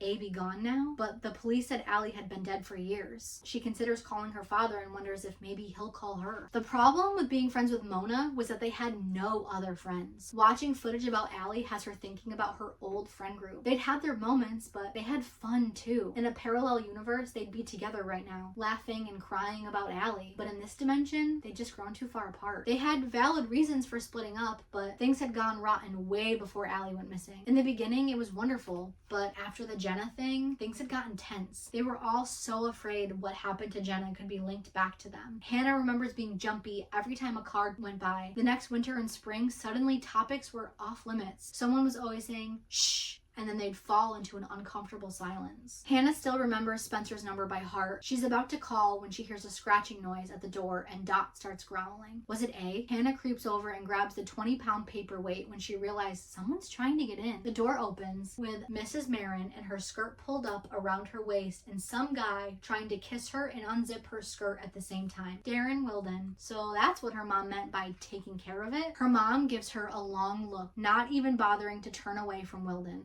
Her eyes said, I'm doing this for you. Which, there are way better ways you can handle this, Miss Marin. Come on. Chapter 34. Fancy meeting you here. This is an Emily chapter. Monday morning, Emily is standing next to her parents in the Rosewood Abbey. Mrs. De Laurentiis comes up to Emily and engulfs her in a hug while crying. She still wears the same perfume and it brings back memories with Allie. The Abbey is filled with other kids from school. Allie's mom wants Emily to sit up front with all of Allie's old friends. By the way, this is the first time that we learned that her mom's name is Kathleen. We're not Pam. Hello? Where did the TV show get Pam? Her name is literally in the book. Whatever. It suddenly hits Emily that Allie is dead. Her ears begin to ring as if she might faint. Emily sits down in a pew and puts her heads between her legs as instructed by a familiar voice. Hannah and Aria are in the pew. Aria is the type to wear bright colors to honor the dead. Hannah is wearing a skimpy black dress. They're joined by Spencer, who says, poor Allie, followed by a moment of just awkward silence. Emily looks for Maya and sees Ben. She waves and he glares at her like the bitch boy that he is. They're literally at a funeral, you dickwad. Emily realizes in that moment that she doesn't want Ben back. And to that I say,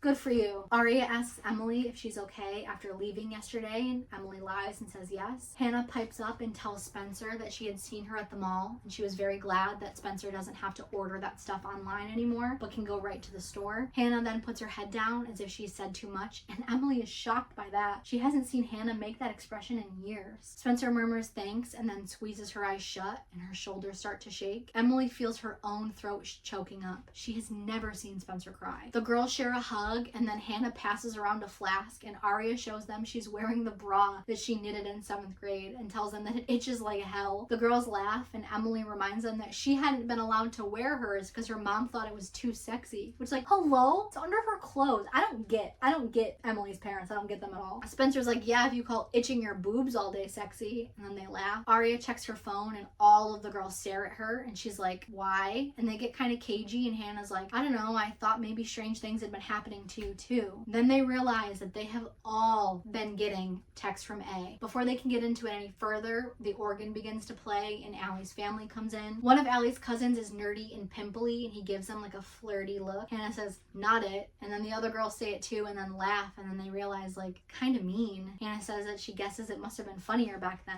Emily sits back and thinks that maybe Allie didn't know everything. Even though this was the worst day of her life, she was devastated about Allie and freaking out about A, but sitting here with her old friends, she felt okay. It felt like the beginning of something. Chapter 35, Just You Wait. This is a Spencer chapter. Everyone has begun filling out the pews. Kids from school hung out in the back. The lacrosse boys, kids Allie would have bullied. Even Allie's older JV field hockey friends had come home from college to be here. Spencer scans the crowds, remembering all of these people she used to know and didn't anymore when she sees a dog, a seeing eye dog. Jenna and Toby are by the exit and Toby glares at Spencer, who jerks away. Spencer whispers to her friends that she can't believe they showed up. By the time our girls reach the door, Jenna and Toby are gone. It's a beautiful day outside. Why did something terrible always happen on nice days like this? Someone touches Spencer's shoulder and she jumps. It's a cop who tells Spencer that he's going to need to talk to her and ask if she can come by in a few days. Then he gives Spencer his business card. The girls ask what he wanted and Hannah says, you know, it's probably the same old stuff. Aria says he can't be wondering about, and then nervously looks to where Jenna and Toby had just been. The girls wonder if they could still get in trouble for that. Spencer feels sick. She hadn't seen Jenna since the accident. It was a coincidence the cop came up to her after seeing them, right? Spencer starts smoking a cigarette. I'll tell everything about the Jenna thing. You're just as guilty as I am, but no one saw me. Spencer exhales and thinks there wasn't any proof, unless... Aria declares that this has been the worst week of her life, and Hannah agrees. Emily says to look on the bright side. It can't get much worse than this. Spencer wants to tell them she missed them all of these years, but before she can, all of their phones start to go off at the same time, and they all say the same thing. I'm still here, bitches, and I know everything. A. And that, my friends, is book 1, Pretty Little Liars by Sara Shepard. How are we feeling? Personally, I'm overwhelmed. This was a lot.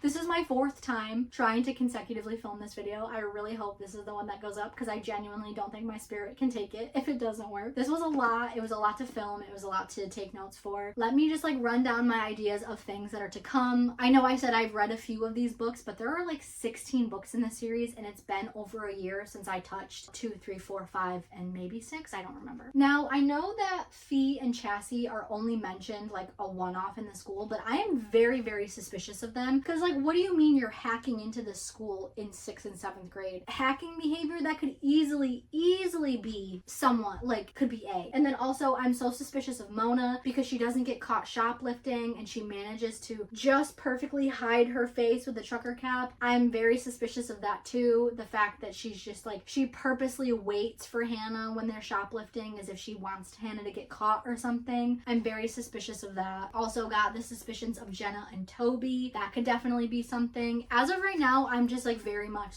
I wonder if it's gonna be Mona because that's how it is in this I think season 2 of Pretty Little Liars. I wonder if that's the route that the books initially follow and the TV show diverted. I don't really know. I don't know. All I know is I'm very suspicious of Mona. I'm suspicious of these two. I'm not suspicious of Andrew Campbell. I think he is adorable in the books. Emily and Maya are so sweet. It's the best part of this book, and I really, really hope that they do not kill her off like they did in the show because I think that would ruin me. I genuinely think that would ruin me. I am going to start working on book 2. I did actually, like I said, I went to do this a year ago. I did take notes, but I didn't transfer any of them, so I'm going to start that so I can come out with a video too. I hope you'll stick around for that because clearly I'm unhinged and maybe I made you laugh. I don't know. I made myself laugh and that's all that works for me. So, total brand references for this book. Are you ready? Are you ready? Lock in your guess. 335. 335 in a 286-page book. Is that not the most insane shit you've ever heard? Tiffany's is the #1 mentioned 15 times, which is so many. I get it, she shoplifts from Tiffany's, but it comes up again later on. Too much for Tiffany's. Wawa gets mentioned 12 times. Icy Hot gets mentioned 11 times, and I just think that's crazy. There are so many brand names and pop culture references, and I mentioned this before, but some of them had me laughing out loud, and I'm gonna give you my favorite example. In the 2nd or 3rd chapter, when Arya is at the bar with Ezra, she says, Ezra lit up a camel, and that made me burst the fuck out laughing because I'm old enough to remember that Camel is a brand of cigarettes, right? Camel Crush ones, you pop them and they taste really good. I remember when people smoked Camel cigarettes. How many people in this generation and Gen Z and Gen Alpha, how many of them would know off the top of their head what the fuck it means to light up a Camel in a bar? Also, I'm pretty sure it wasn't even legal to smoke in bars in 2006. So that just made me laugh so hard oh, we're just lighting zoo animals on fire at the bar? What do you mean? Not even Camel cigarette. He's lighting up a camel. He just set animals on fire. Fucking stupid. Oh my god. I did have a lot of fun reading this. I know I'm kind of making fun of it, but I did have a lot of fun reading this. The descriptions of the town are really cool.